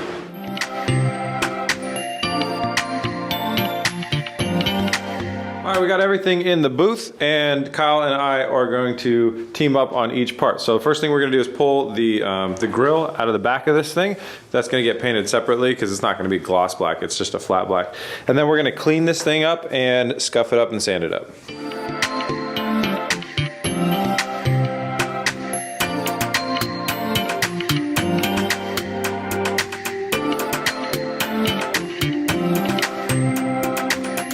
That's ready to roll. Onto this one, we're gonna clean this edge up. We're gonna sand this edge up with some like 200, and then we'll use the steel wool along the aluminum to get it all ready for the primer.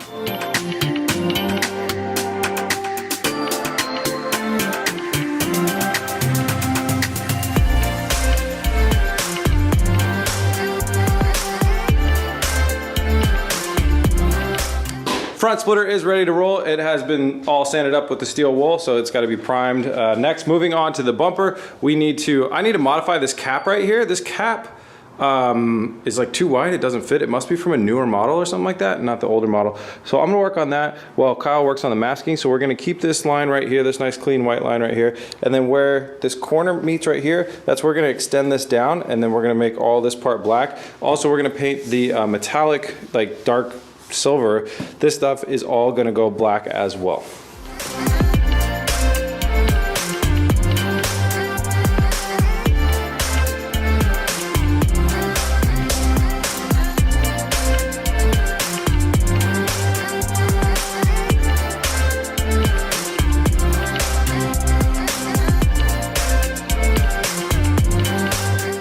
All right, the time is in the prep work. This took well over an hour and a half, but we got it all ready to roll. So we are going to sweep the bottom of the floor.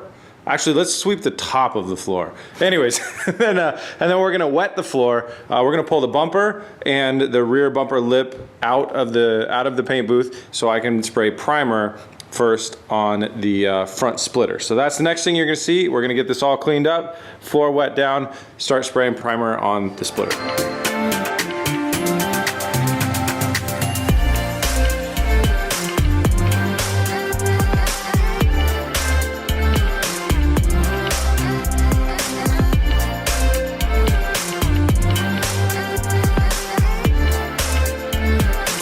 Got a nice coat of primer on the front splitter, so now it's time to move on to the base coat and clear coat. So I'm gonna set this back a little bit. We're gonna put the rear bumper splitter right here and the front bumper right about here, and we're gonna paint those up, base coat, clear coat.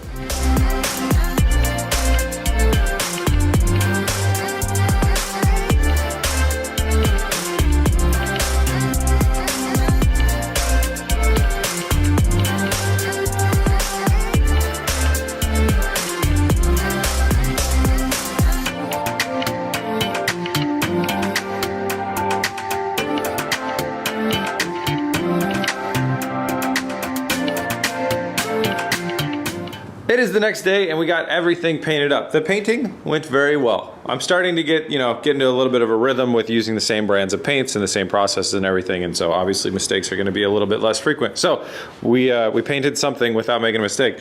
We are gonna go ahead and unmask this bumper. We gotta do it very carefully, and we'll unmask the bumper, and then we're gonna bring everything into the shop to get it ready to install.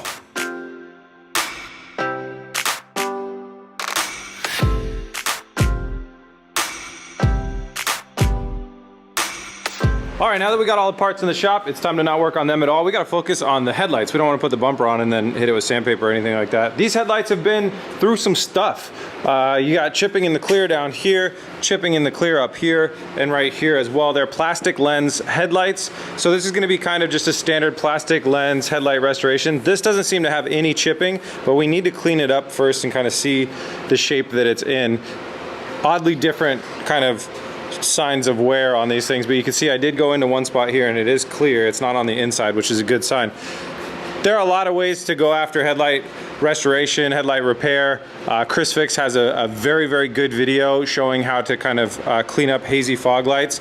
I'm gonna use a couple techniques that I've used before on these headlights, see what I gotta do. I'm just gonna kind of go by feel, and once we get them done, I'll let you know what I did and the way that we approached it. But the first thing, obviously, just clean them up really good, get all the dirt and debris and contaminants off. That's a definite first step that you gotta do.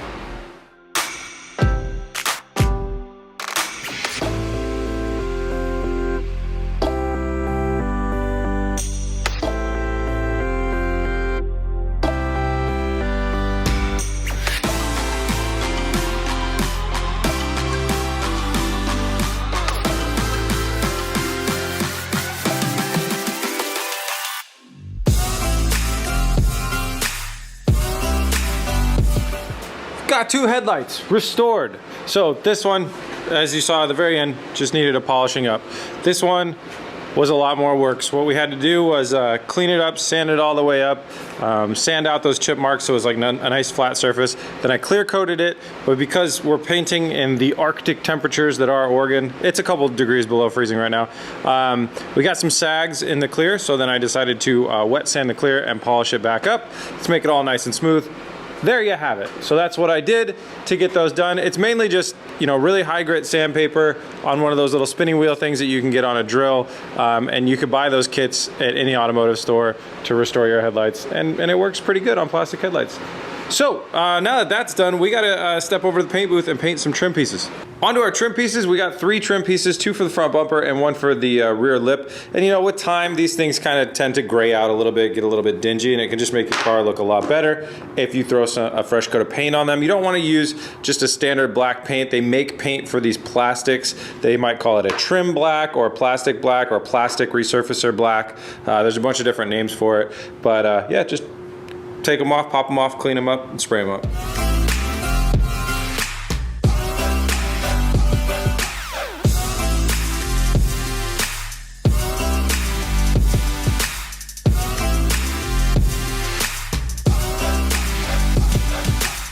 All right, now that these are painted up and dried, let's get them over into the shop, throw them into our bumpers and whatnot, and start getting those on the car.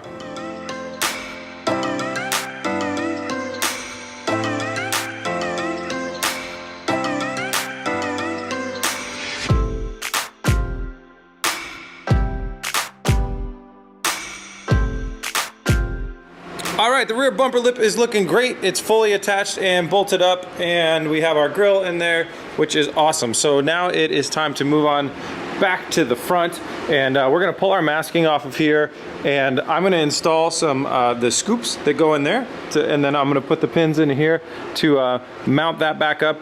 And then Kyle and I are going to, these headlights are a little bit fluid right now in their placement. Kyle and I are gonna go ahead and bolt those in nice and strong and mount the front bumper in as well. Yeah, let's do all that stuff. Hood stuff, headlight stuff, front bumper stuff, make it all line up right.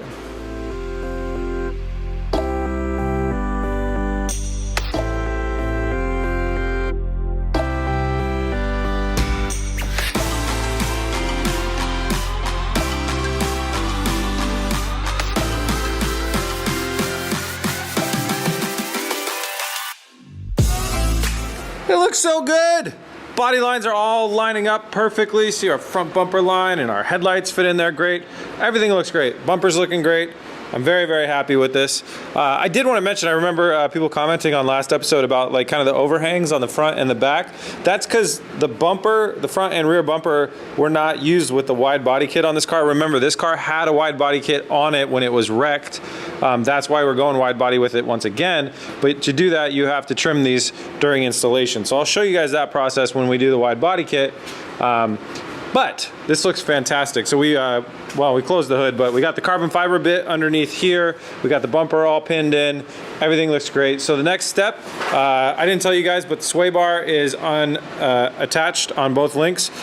I don't know why the people detach those, but whatever. So we're gonna go ahead and bolt the sway bar up, and then we're gonna bring our DIY front splitter in. I bought all the hardware. There's 10 bolts that run along the front lip, and then 2 that are gonna go in the back underneath the intercooler to funnel air directly into that baby.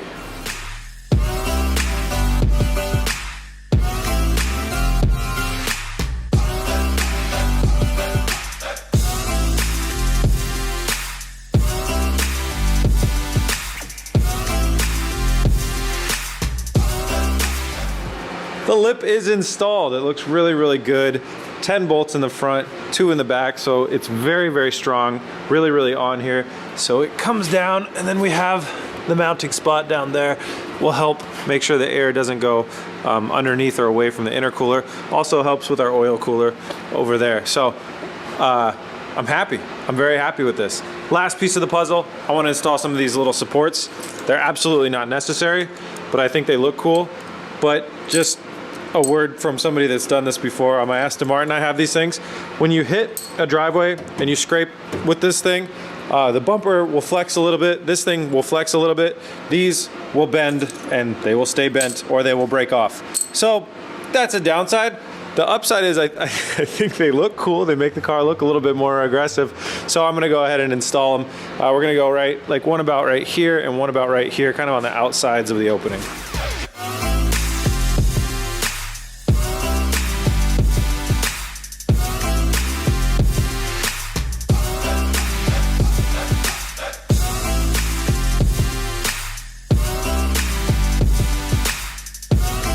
Got the support bars installed. It looks so good, guys. It looks so good. I'm just so happy about how this whole thing is coming together. So getting started on a wide body kit, one of the first things that you need to do is cut your fenders. Now, like I mentioned, this car's been wide body before. That's why you see that the rear fenders here are cut and the front are cut as well. It's a question I get emailed to me a lot. Do you have to cut your car? If you're doing an aggressive style kit like a Liberty Walk or a Rocket Bunny, yes, you have to cut your fenders, and that's a stopping point for a lot of people. So that one's been done already. Let's walk over to the side that hasn't been done. As you guys remember, we replaced this rear quarter panel, so it hasn't been done. But what I did do is I built the inner fender, the the inner skin to be up higher on purpose, so it's kind of up here where it meets with the quarter panel. That way we'd have an easier way to weld it. So the way that I do this is I kind of come up straight from about here. You're normally fine in the front. I've never seen a kit where I had to cut this part. So you're just trying to gain a little bit of height so that the wheel can stick out past here and then not bottom out on the thing. So we're coming out around here, up through here, and you normally have to trim about 2 or 3 inches off the bumper to kind of come right back around there. So you guys will see me, I'll make a marker line, I'll probably make a tape line as well because I don't want to mess up my paint, and then I'm going to jump into cutting.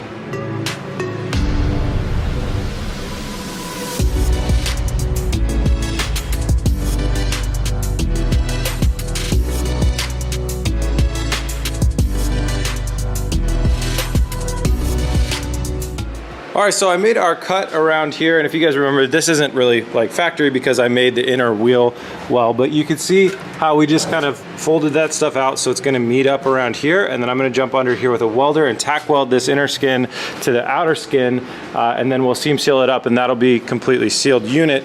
And we'll probably give it another coat of truck bed liner under there too to clean it up. On the other side, this is what it looks like a little bit more from on an OEM perspective.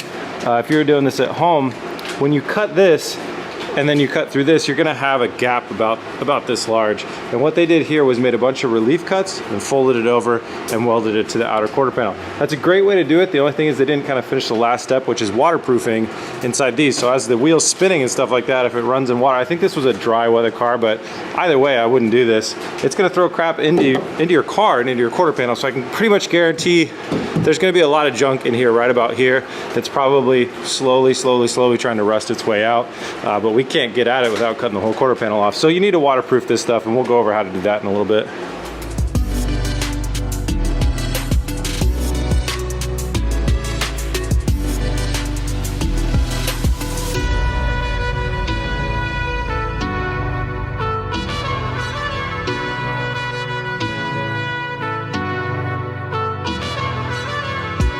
All right, I just finished throwing in the tack welds on the inner to the outer quarter panel. Definitely burned through some paint in some areas. I'm gonna need to clean that up, make sure it does not rust, but it's all good. Remember, all of this gets covered up to this line right here, so we're all good. Now, the next thing I'm gonna do is waterproof this thing. There's a couple different ways to go about the waterproofing. One way that I've seen is you could use a seam sealer, since the seam on here isn't that large, and you could seam seal all the way around. That's gonna be nice and waterproof, but it is rubbery, and if your tire hits it or anything, it's probably not gonna hold up very well. Also, it doesn't cover very large gaps, and if you guys remember over here, we got some kind of sizable gaps over here. So what I'm going to be using is a short strand fiberglass reinforced body filler. This is called Bondo glass, so it's body filler reinforced with fiberglass and fiberglass resin. This isn't inherently waterproof from what I've read online, so you're going to need to paint over this, but my recommendation is this also adds a little bit of strength and rigidity to what you're glassing it onto as well. So this is my recommendation, to use this and then paint on top of it. So I'm gonna go ahead and apply that in here, which you're not really gonna be able to see, but then I'll do it on the other side, which you can see even better. And while I'm doing that, Kyle has been working on transferring the stuff out of our damaged door into our good door, so I'm gonna get you all caught up on that right now.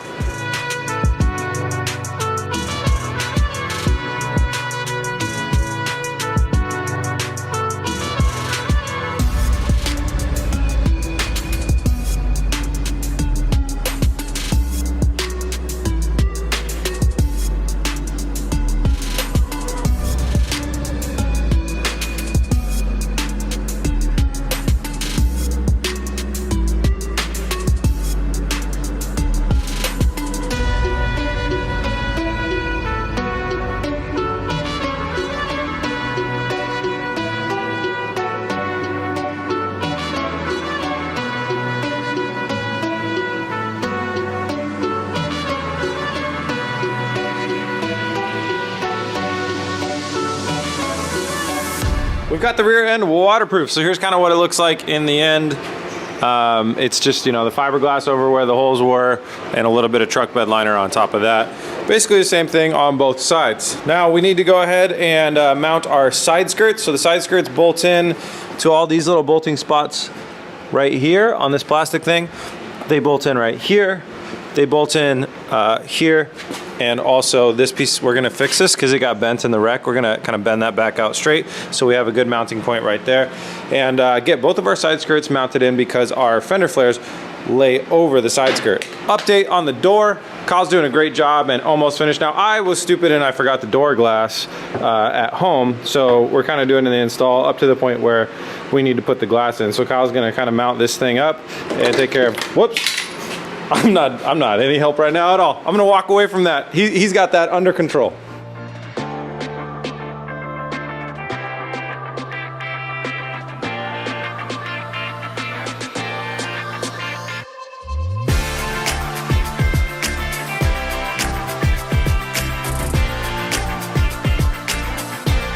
Well, we got the side skirt on.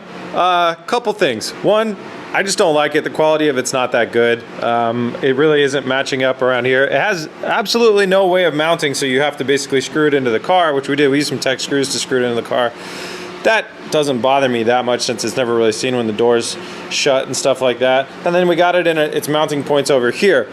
But here's the part that I really don't like about it. The wide body kit, it comes in and this is a stock side skirt that's been in a car accident, but look at the shape of it, how it kind of dives down like that.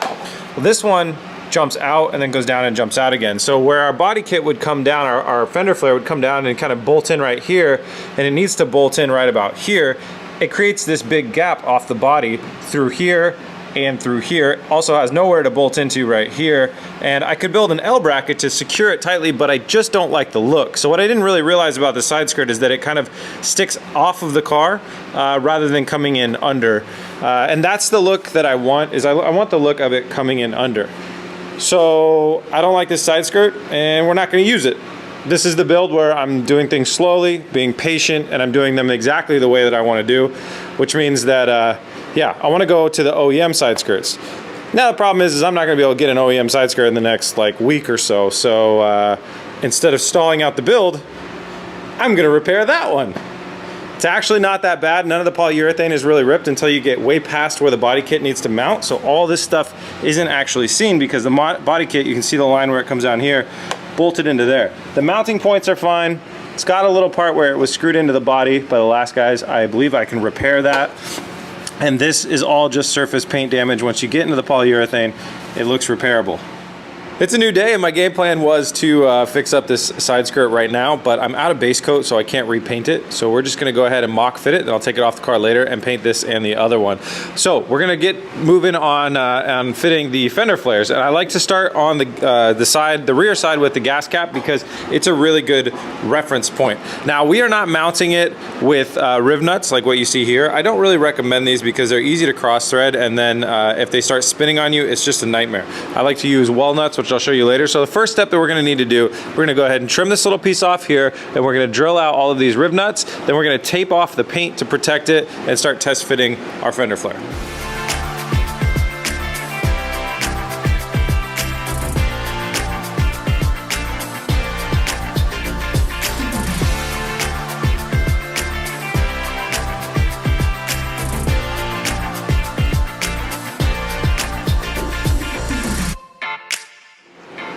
Got the first flare on there. It looks really, really good. It's loosely fit on here right now, so we could peel that tape off in because we still have to take the side skirt off. But I'm really happy with how this fit. We just had to move the holes a little bit. When I was boring them out, I kind of had to move some from side to side, up and down, and we got it all to line up. Let me show you the hardware we're using. This is provided to us by Downstar Hardware. I'm gonna put a link to their website in the description. They have great hardware for everything on your car, but specifically for wide body, I love to use them because they use a weld nut with a beauty washer and a nice Allen nut combo. Weld nuts are these little rubber guys. You drill a hole for them, you put them into your car, and then as you screw down on them, it will expand in the back and expand into it. I really like these because they're much less likely to cross thread on you, and they're easier to work with because you can kind of come at them from more angles, and they're a little bit more forgiving. So for any wide body kit, I highly suggest using weld nuts, and Downstar Hardware is the place to get those. So next thing I gotta do is come in here. I gotta trim this up right here, so that's right. Fasten the bumper down to this, and then we gotta position the last little last piece that goes here, drill the holes and install it.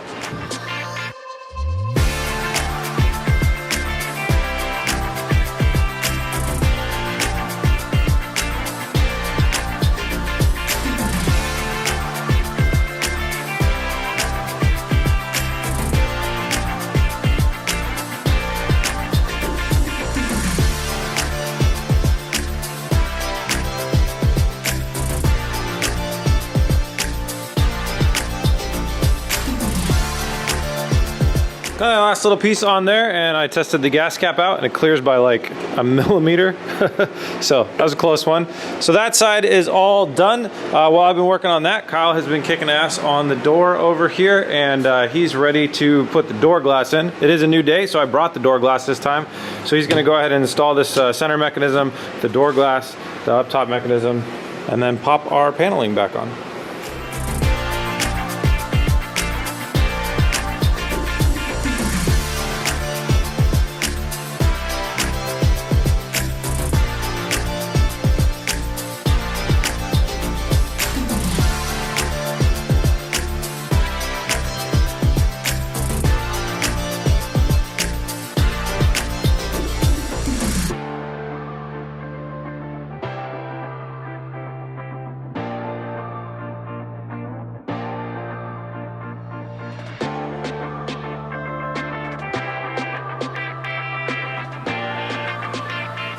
All right, I jumped over to the driver's side and got this first over fender done. Just kind of scoping out the space that we need to cut. You got to make a real big cut over here. I also bolted the upper part of this bumper metal into the metal up here. Just a nice little metal on metal with one of those U-clip screws.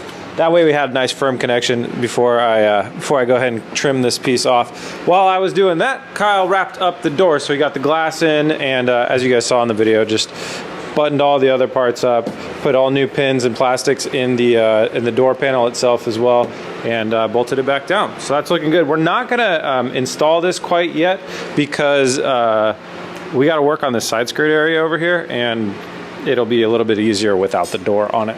So I'm gonna move over to the front section now and keep plugging away at this. I'm gonna trim this, map out the spot that this next piece goes on here, and install it.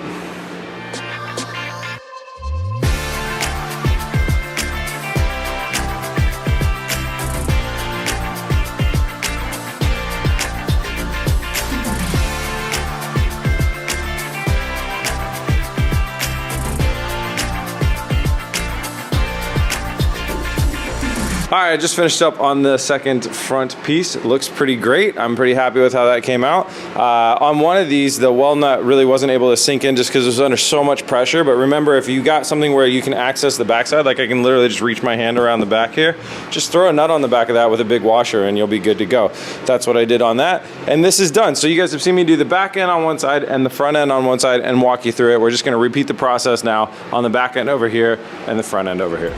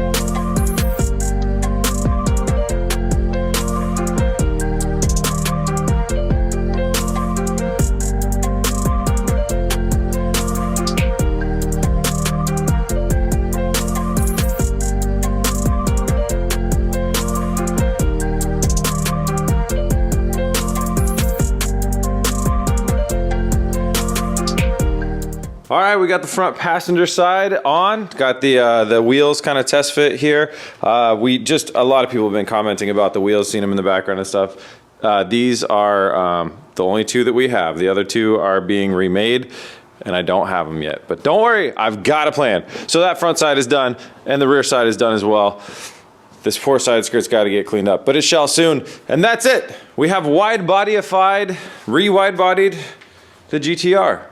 Getting started, Kyle's gonna be working on the fender liners. I showed you guys how to waterproof the back end, and then it got so late last night I totally forgot about the front end. So Kyle's gonna be working on installing some fender liners in the front here. I like to keep the water off of the headlights and all that type of stuff, so fender liner gonna kind of come from here down to here. Kyle's gonna work on that. I'm gonna work on trying to figure out how we're gonna build custom seat brackets. If you guys remember, this car is kind of weird. It's not square. That bracket's way higher than that bracket. I'm gonna have to get creative. But I'm gonna develop a system to bracket these seats in and have them, you know, move up and forward and backwards and stuff.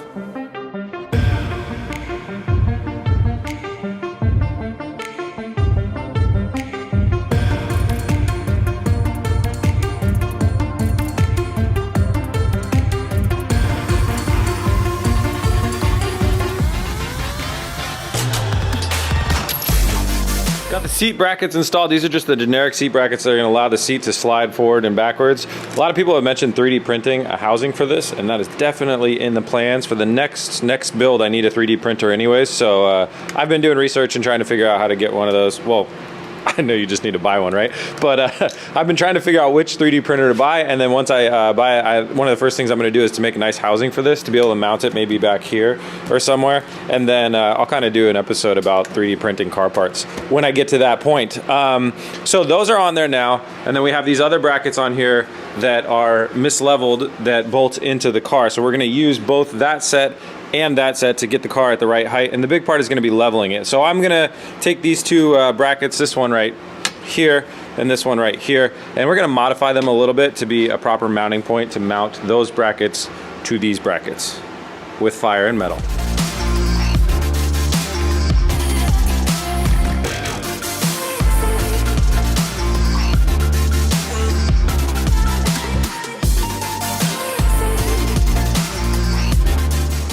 All right, Kyle got our fender liners installed on both sides, mainly just protecting the wiring looms that are back here and the backs of the headlights from water. Too much water kind of splashing up at them, which is fantastic. And I'm slowly but surely kind of getting this all together. So I've got all the bracketry and everything that we need. Now I got to start doing some welding, some tack welding and some test fitting. And then once I get it all fit up, I can take it off and fully weld it out.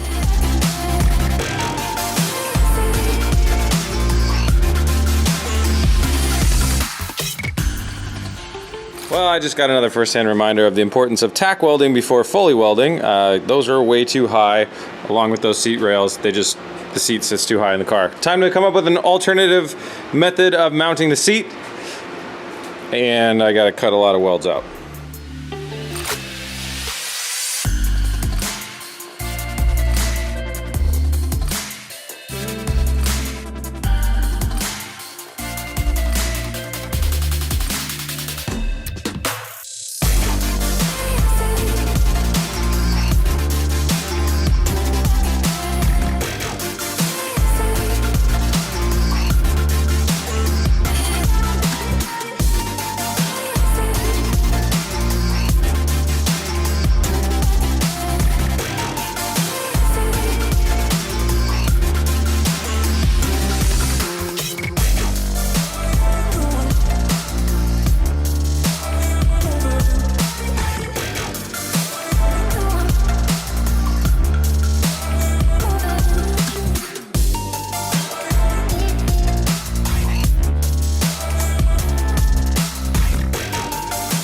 All right, well, it took a huge part of the day just to get the first one done, but now that I have the first one done, the second one will go a lot easier. I kind of got a strategy now, but I got one seat in, the position and everything is right where I want it. You can slide it forwards and backwards, and it tilts, and we got the seat belt, and all that good stuff is all in and together. So now I'm gonna jump into the passenger seat and do the same thing.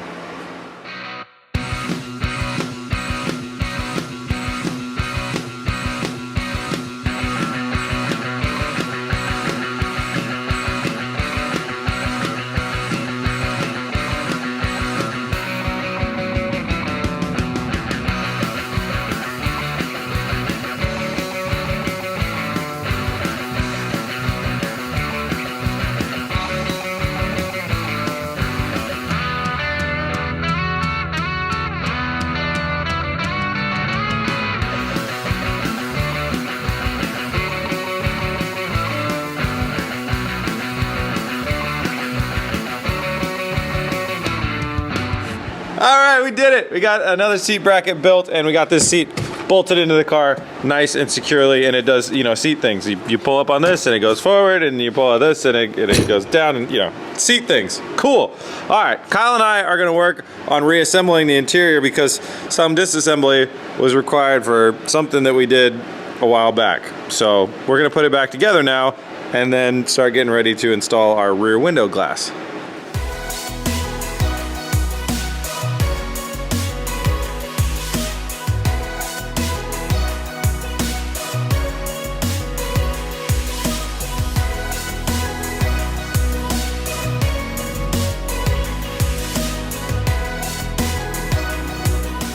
Interior's back together good enough.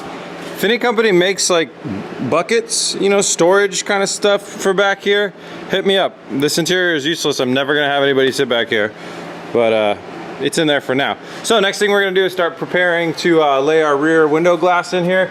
So to do that, we gotta trim off this old rubber so you can see some of it's got overspray on it. Some of it's down here. We're gonna cut that out. While I'm doing that, Kyle's gonna take the trunk lid off and I'll cut around and get this whole surface prepped.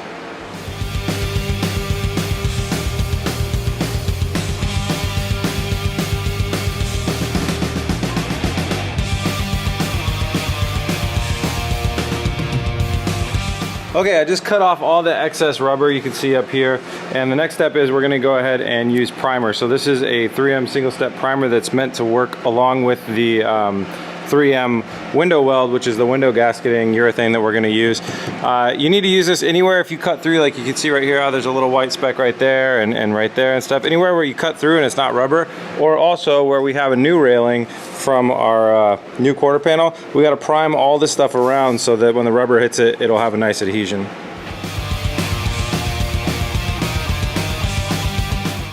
Got the edges all along where the rear glass sets in, all primed up and ready to roll. We also took our rear glass and trimmed that up and cleaned it up and primed it up. So everything's good to go. This is what we're gonna be using. This is 3M Auto Glass Urethane. I recommend 3M for this type of a job. And take note of how I cut the tip here. You can kind of see how I took a triangle out of it like that. A slice through it from there to there. That is going to help leave a peak as you're going across here. You're going to go like this with that in the back of it, and it's going to leave a peak everywhere that it went. You want to have that, get it nice and high up. That's going to help when you set that glass in, make sure that you don't have any spots that got missed for coverage. So we're going to go ahead and use a pneumatic caulking gun connected to the air compressor. I'm going to jump in there, I'm going to lay a bead all the way around, and then we're going to walk the glass in.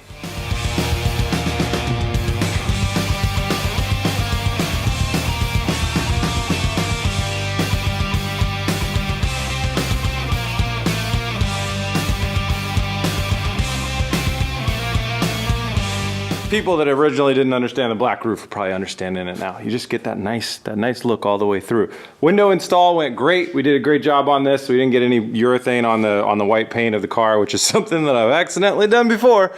So I'm happy about this. Obviously just don't want to mess with that for a while. Overnight for a while, you know. So we're gonna move on, do the same process on this rear quarter glass. I just bought an OEM replacement rear quarter glass for this car. So we're gonna get that done now.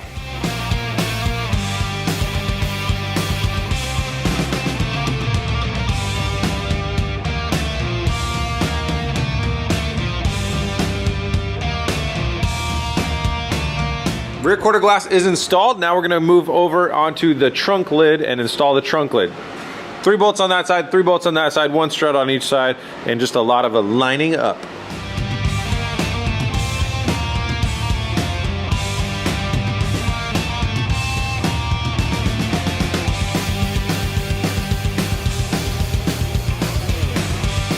Well, installing the trunk lid was super easy. Now, it was so easy we decided to add a level of difficulty. So we didn't plug anything in, and then we shut the trunk, and now there is not a single way in the world to open the trunk. So now we'll get to B is for building and try and figure out how to open a GTR trunk from the outside. These seats don't fold down. We're in big trouble. This could be a problem.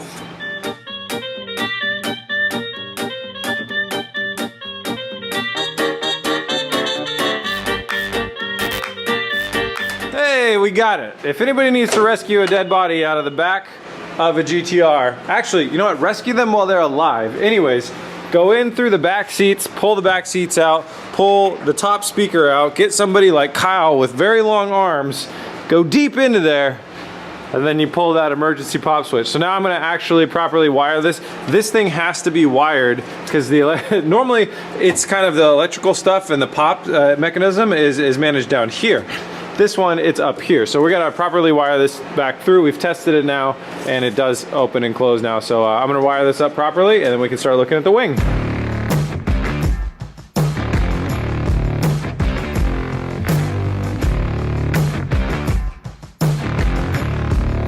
Well, this bad boy is our giant carbon fiber wing. Aerodynamically, it'll add several pounds of downforce as we zip along down the road. Aesthetically, it adds like 1,700 horsepower. No, I'm just kidding. I like the look of this car with a wing on it. I'm gonna try it out for a while. If I change my mind and I don't like the look of it, like for instance my Aston Martin, I'm getting tired of the wing, we'll take it off when we do the next revision, you know? But for now, I really wanted to try it. And this is the type of wing that I'm in love with. This is a trunk-mounted swan neck, so you can see the stands that you have here, they kind of curve like this. It attaches right here, curves back around, and then goes into a stand that mounts on the trunk. It's pretty cool. Chassis mount wings are pretty cool for these cars too, but I feel like it kind of just comes off the back a little bit too much and kind of ruins some of the body lines. So this is all just personal preference, but yeah, I kind of like the look of this one and I liked it enough to order it. So we're gonna go ahead and assemble this thing on the ground real quick and get everything kind of lined up. That way we can then transfer it over to the car and start to line stuff up and trace out the spots where we're gonna need to drill and reinforce. We're gonna need to reinforce some stuff because if we don't hit enough of these guys, just this type of stuff isn't really strong enough to hold a wing like this, so we'll need to come up with some smart stuff.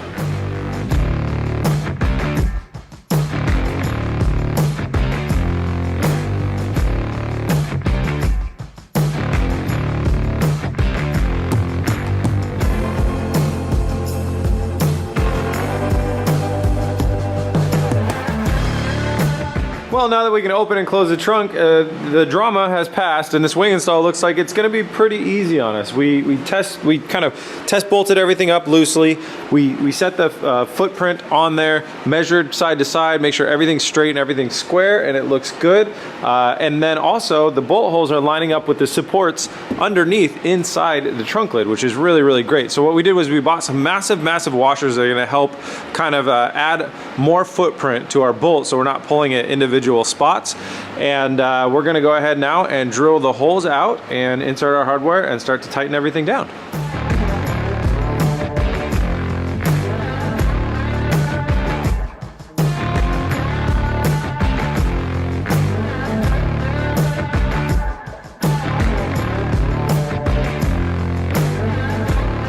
Well, it was coming along great, but the hardware that they gave us is definitely not long enough to go through here, through the support of the trunk lid and then grip onto the bottom. So I decided run to the hardware store, upgrade all of the hardware for this thing, and then come back in and replace it all. So I'm gonna be replacing the majority of this hardware with different things like locking nuts and better bolts and stuff like that. And then I'll tighten it all down.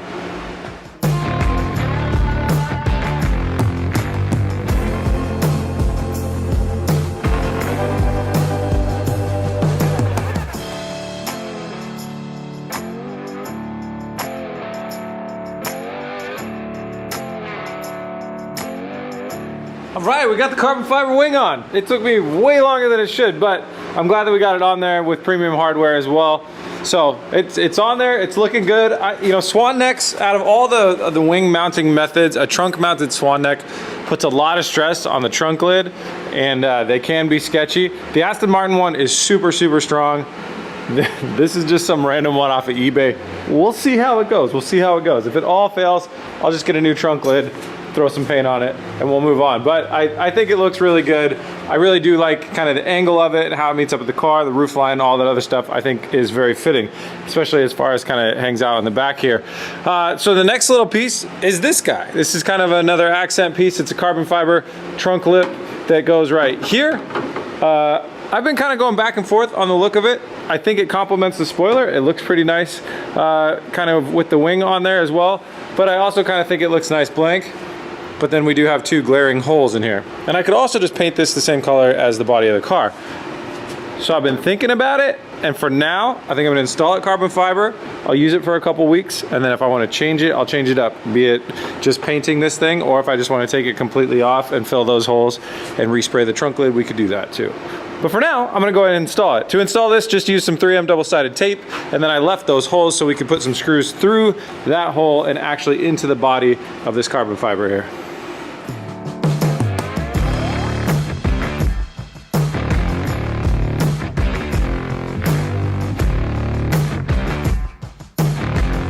It's on there really strong. I'm still not even sure if I like it or not. I'm just gonna, with these things where I'm like on the fence about it, since I've already bought the product, just gonna, it's not really as it looked in the listing, in the eBay listing. I thought it had more of a curve to it. Anyways, you know, I'll use it for a couple weeks and then I'll decide how I feel about it. If I want to take it off, it's just some double-sided tape and a couple bolts. I'll zip it off of there and then we can worry about it later. Things. Since we're already here in the back end, I need to test that the tail lights and the blinkers and the running lights work. So I'm just gonna hit record right here and test all it out. I can't see the tail lights.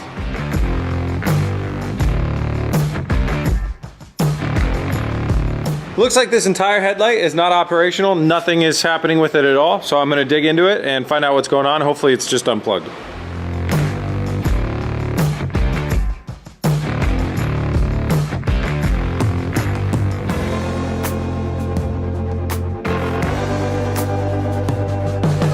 That was a close one. I started thinking like, man, the car got hit on this side. Like, what if it damaged the circuitry or something like that? But indeed, it was just unplugged for some mysterious reason because this car's history is mysterious.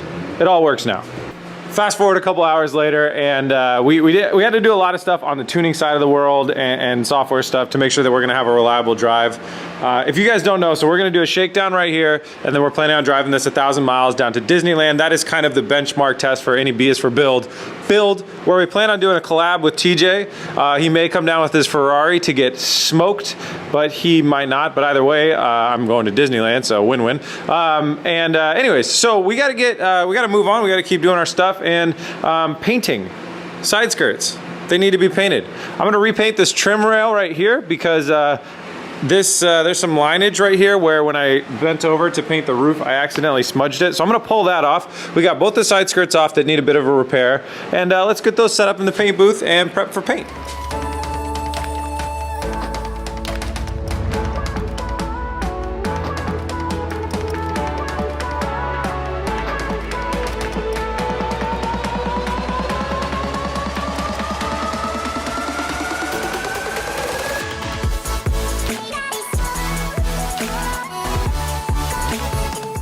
All right, I got the panels sanded up and cleaned up and looking good, and then I applied adhesion promoter to the main sections of them where we're gonna be painting. So that's hopefully gonna stop from having any weird reactions. The next thing I'm gonna do, I got some primer already mixed up, and we're gonna go ahead and spray it on these things.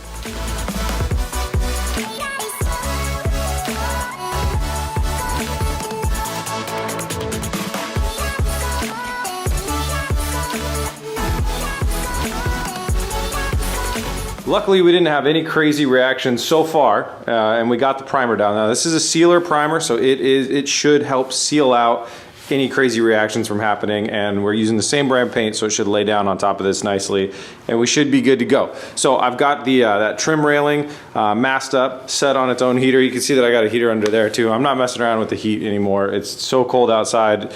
It was snowing earlier today, so I just got to keep these panels warm so the paint dries, you know, at a reasonable speed. So anyways, next step, base coat, mid coat, clear coat.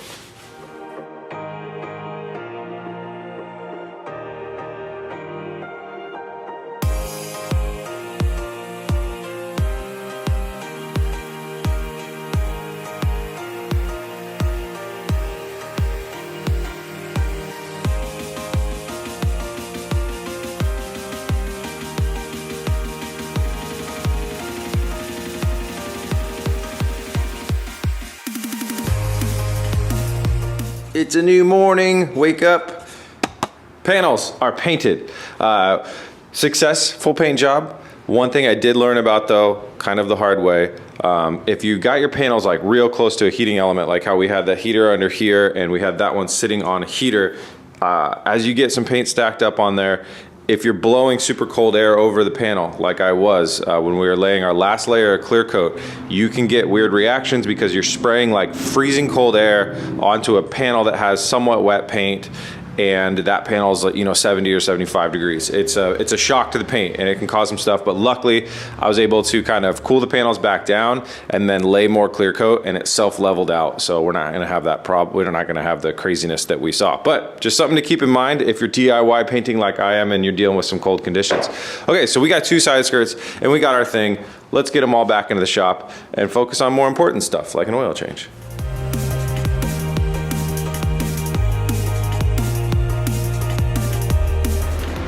So I'm getting started on the oil change. It's super simple on this car. The drain plug and the filter location are both on the bottom of the car, underneath the skid pan. So I'm just gonna go ahead and drain the oil, remove the filter, lubricate the new filter, put a little bit of oil in it, throw that back on there. And then you also need a new drain plug washer, which I got from Nissan. Go ahead and install that, and then we'll be topping it up. And while I'm working on that, Kyle's gonna work on the door. When you guys saw during the shakedown, we had an issue where this handle didn't seem to be doing anything. So Kyle's gonna jump into that and figure out why that's happening and fix it.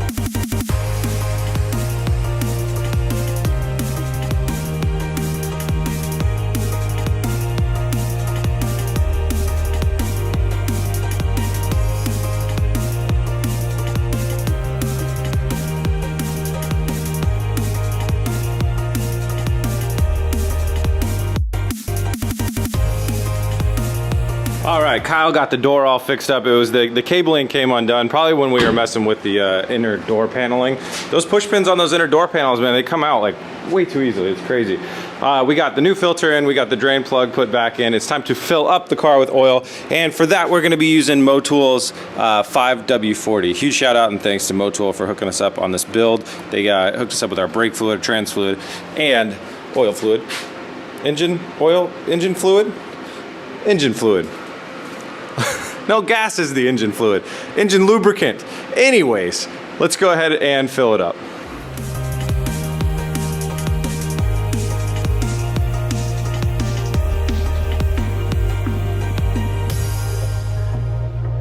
All right, oil change done. Now, when we were out on our drive, we were on a stock transmission tune, and this car's transmission stock just drives like crap. It's super, super annoying.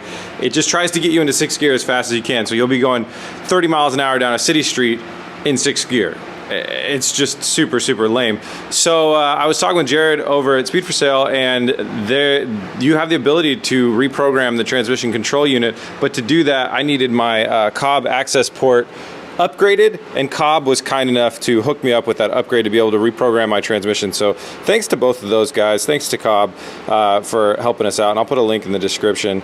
That's very, very nice of them. So we're gonna go ahead now and turn on the car, and we're gonna flash it with the new transmission tune from Jared. He's a bit of a transmission wizard on GTR, so I'm pretty excited to see how this drives with the new trans tune. All right, that little message there means that our new TCM map is on and we're good to drive. So let's wrap up the body. I think that's all we got to do. We're going to put this this top trim piece on, and we're going to install our side skirts and then button down our wide body kit to our side skirts.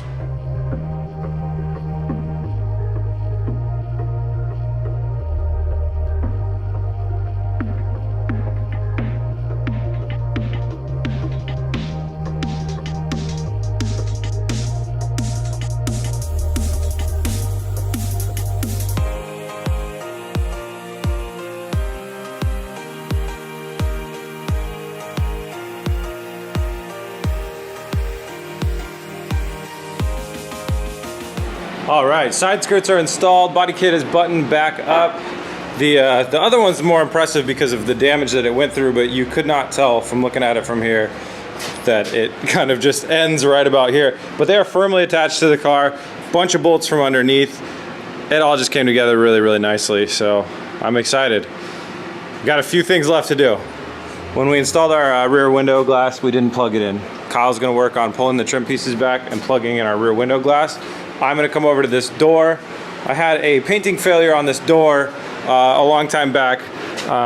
Runs are very hard to see and clear, but when I show you like this, you could probably see them. This is where I was testing doing some wet sanding. So this is what we're gonna do is I'm gonna go ahead and clean this door up really well, wet sand these runs down, and then we're gonna polish the clear back up, and it'll look like the rest of the panel. Like I never made a painting mistake. When you do make a mistake in the run, you just want to give the car time for the clear coat to kind of cure up and harden up before you start sanding into it, and you'll get the best results that way. That's why they tell you not to polish your car right away or color sand it. Anyways, clean the door, plug in the rear window, let's go for another drive.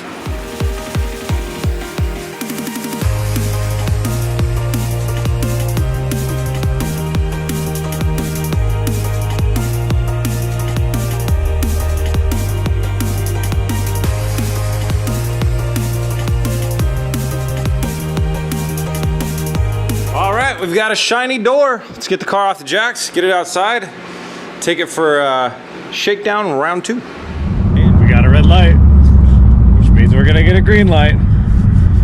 All right, manual mode. We're gonna have some fun and launch the car. We're on our way to get some gas, but car's warmed up. We got a green light in front of us. We're allowed to go like 50 miles an hour or something.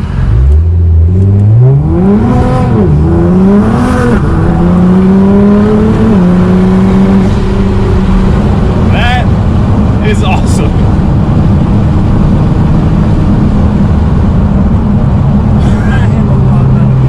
We definitely burned out when we hit second gear, and I'm not sure about any of the ones after that. Such a cool car, man. Wow. That is like a really like a hang-on tight experience. That's so cool. I love the sounds of this car. It's just like mental. Once you got the registration, everything figured out. Yeah. We do have to keep in mind that we're driving around with no registration. Plenty of insurance, 0 registration. But in the state of Oregon, like you guys know, it's legal, kind of. As long as we're on a test drive and it's a race car, which I would qualify that. Calling it good. Another cool thing in Oregon, we don't have to pump our own gas. People do it for us. It's nice. All right, I want to let you guys be able to hear what the car sounds like a little bit, so I'm gonna have Kyle jump out and just drive by the camera a couple times.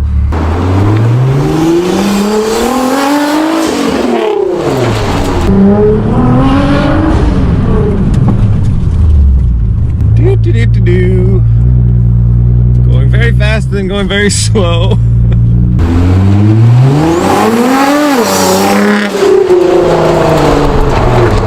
Now, I've never had a high-powered all-wheel drive car before, so I have no idea what's going to happen, but I'm just going to turn the steering wheel to the left and floor it.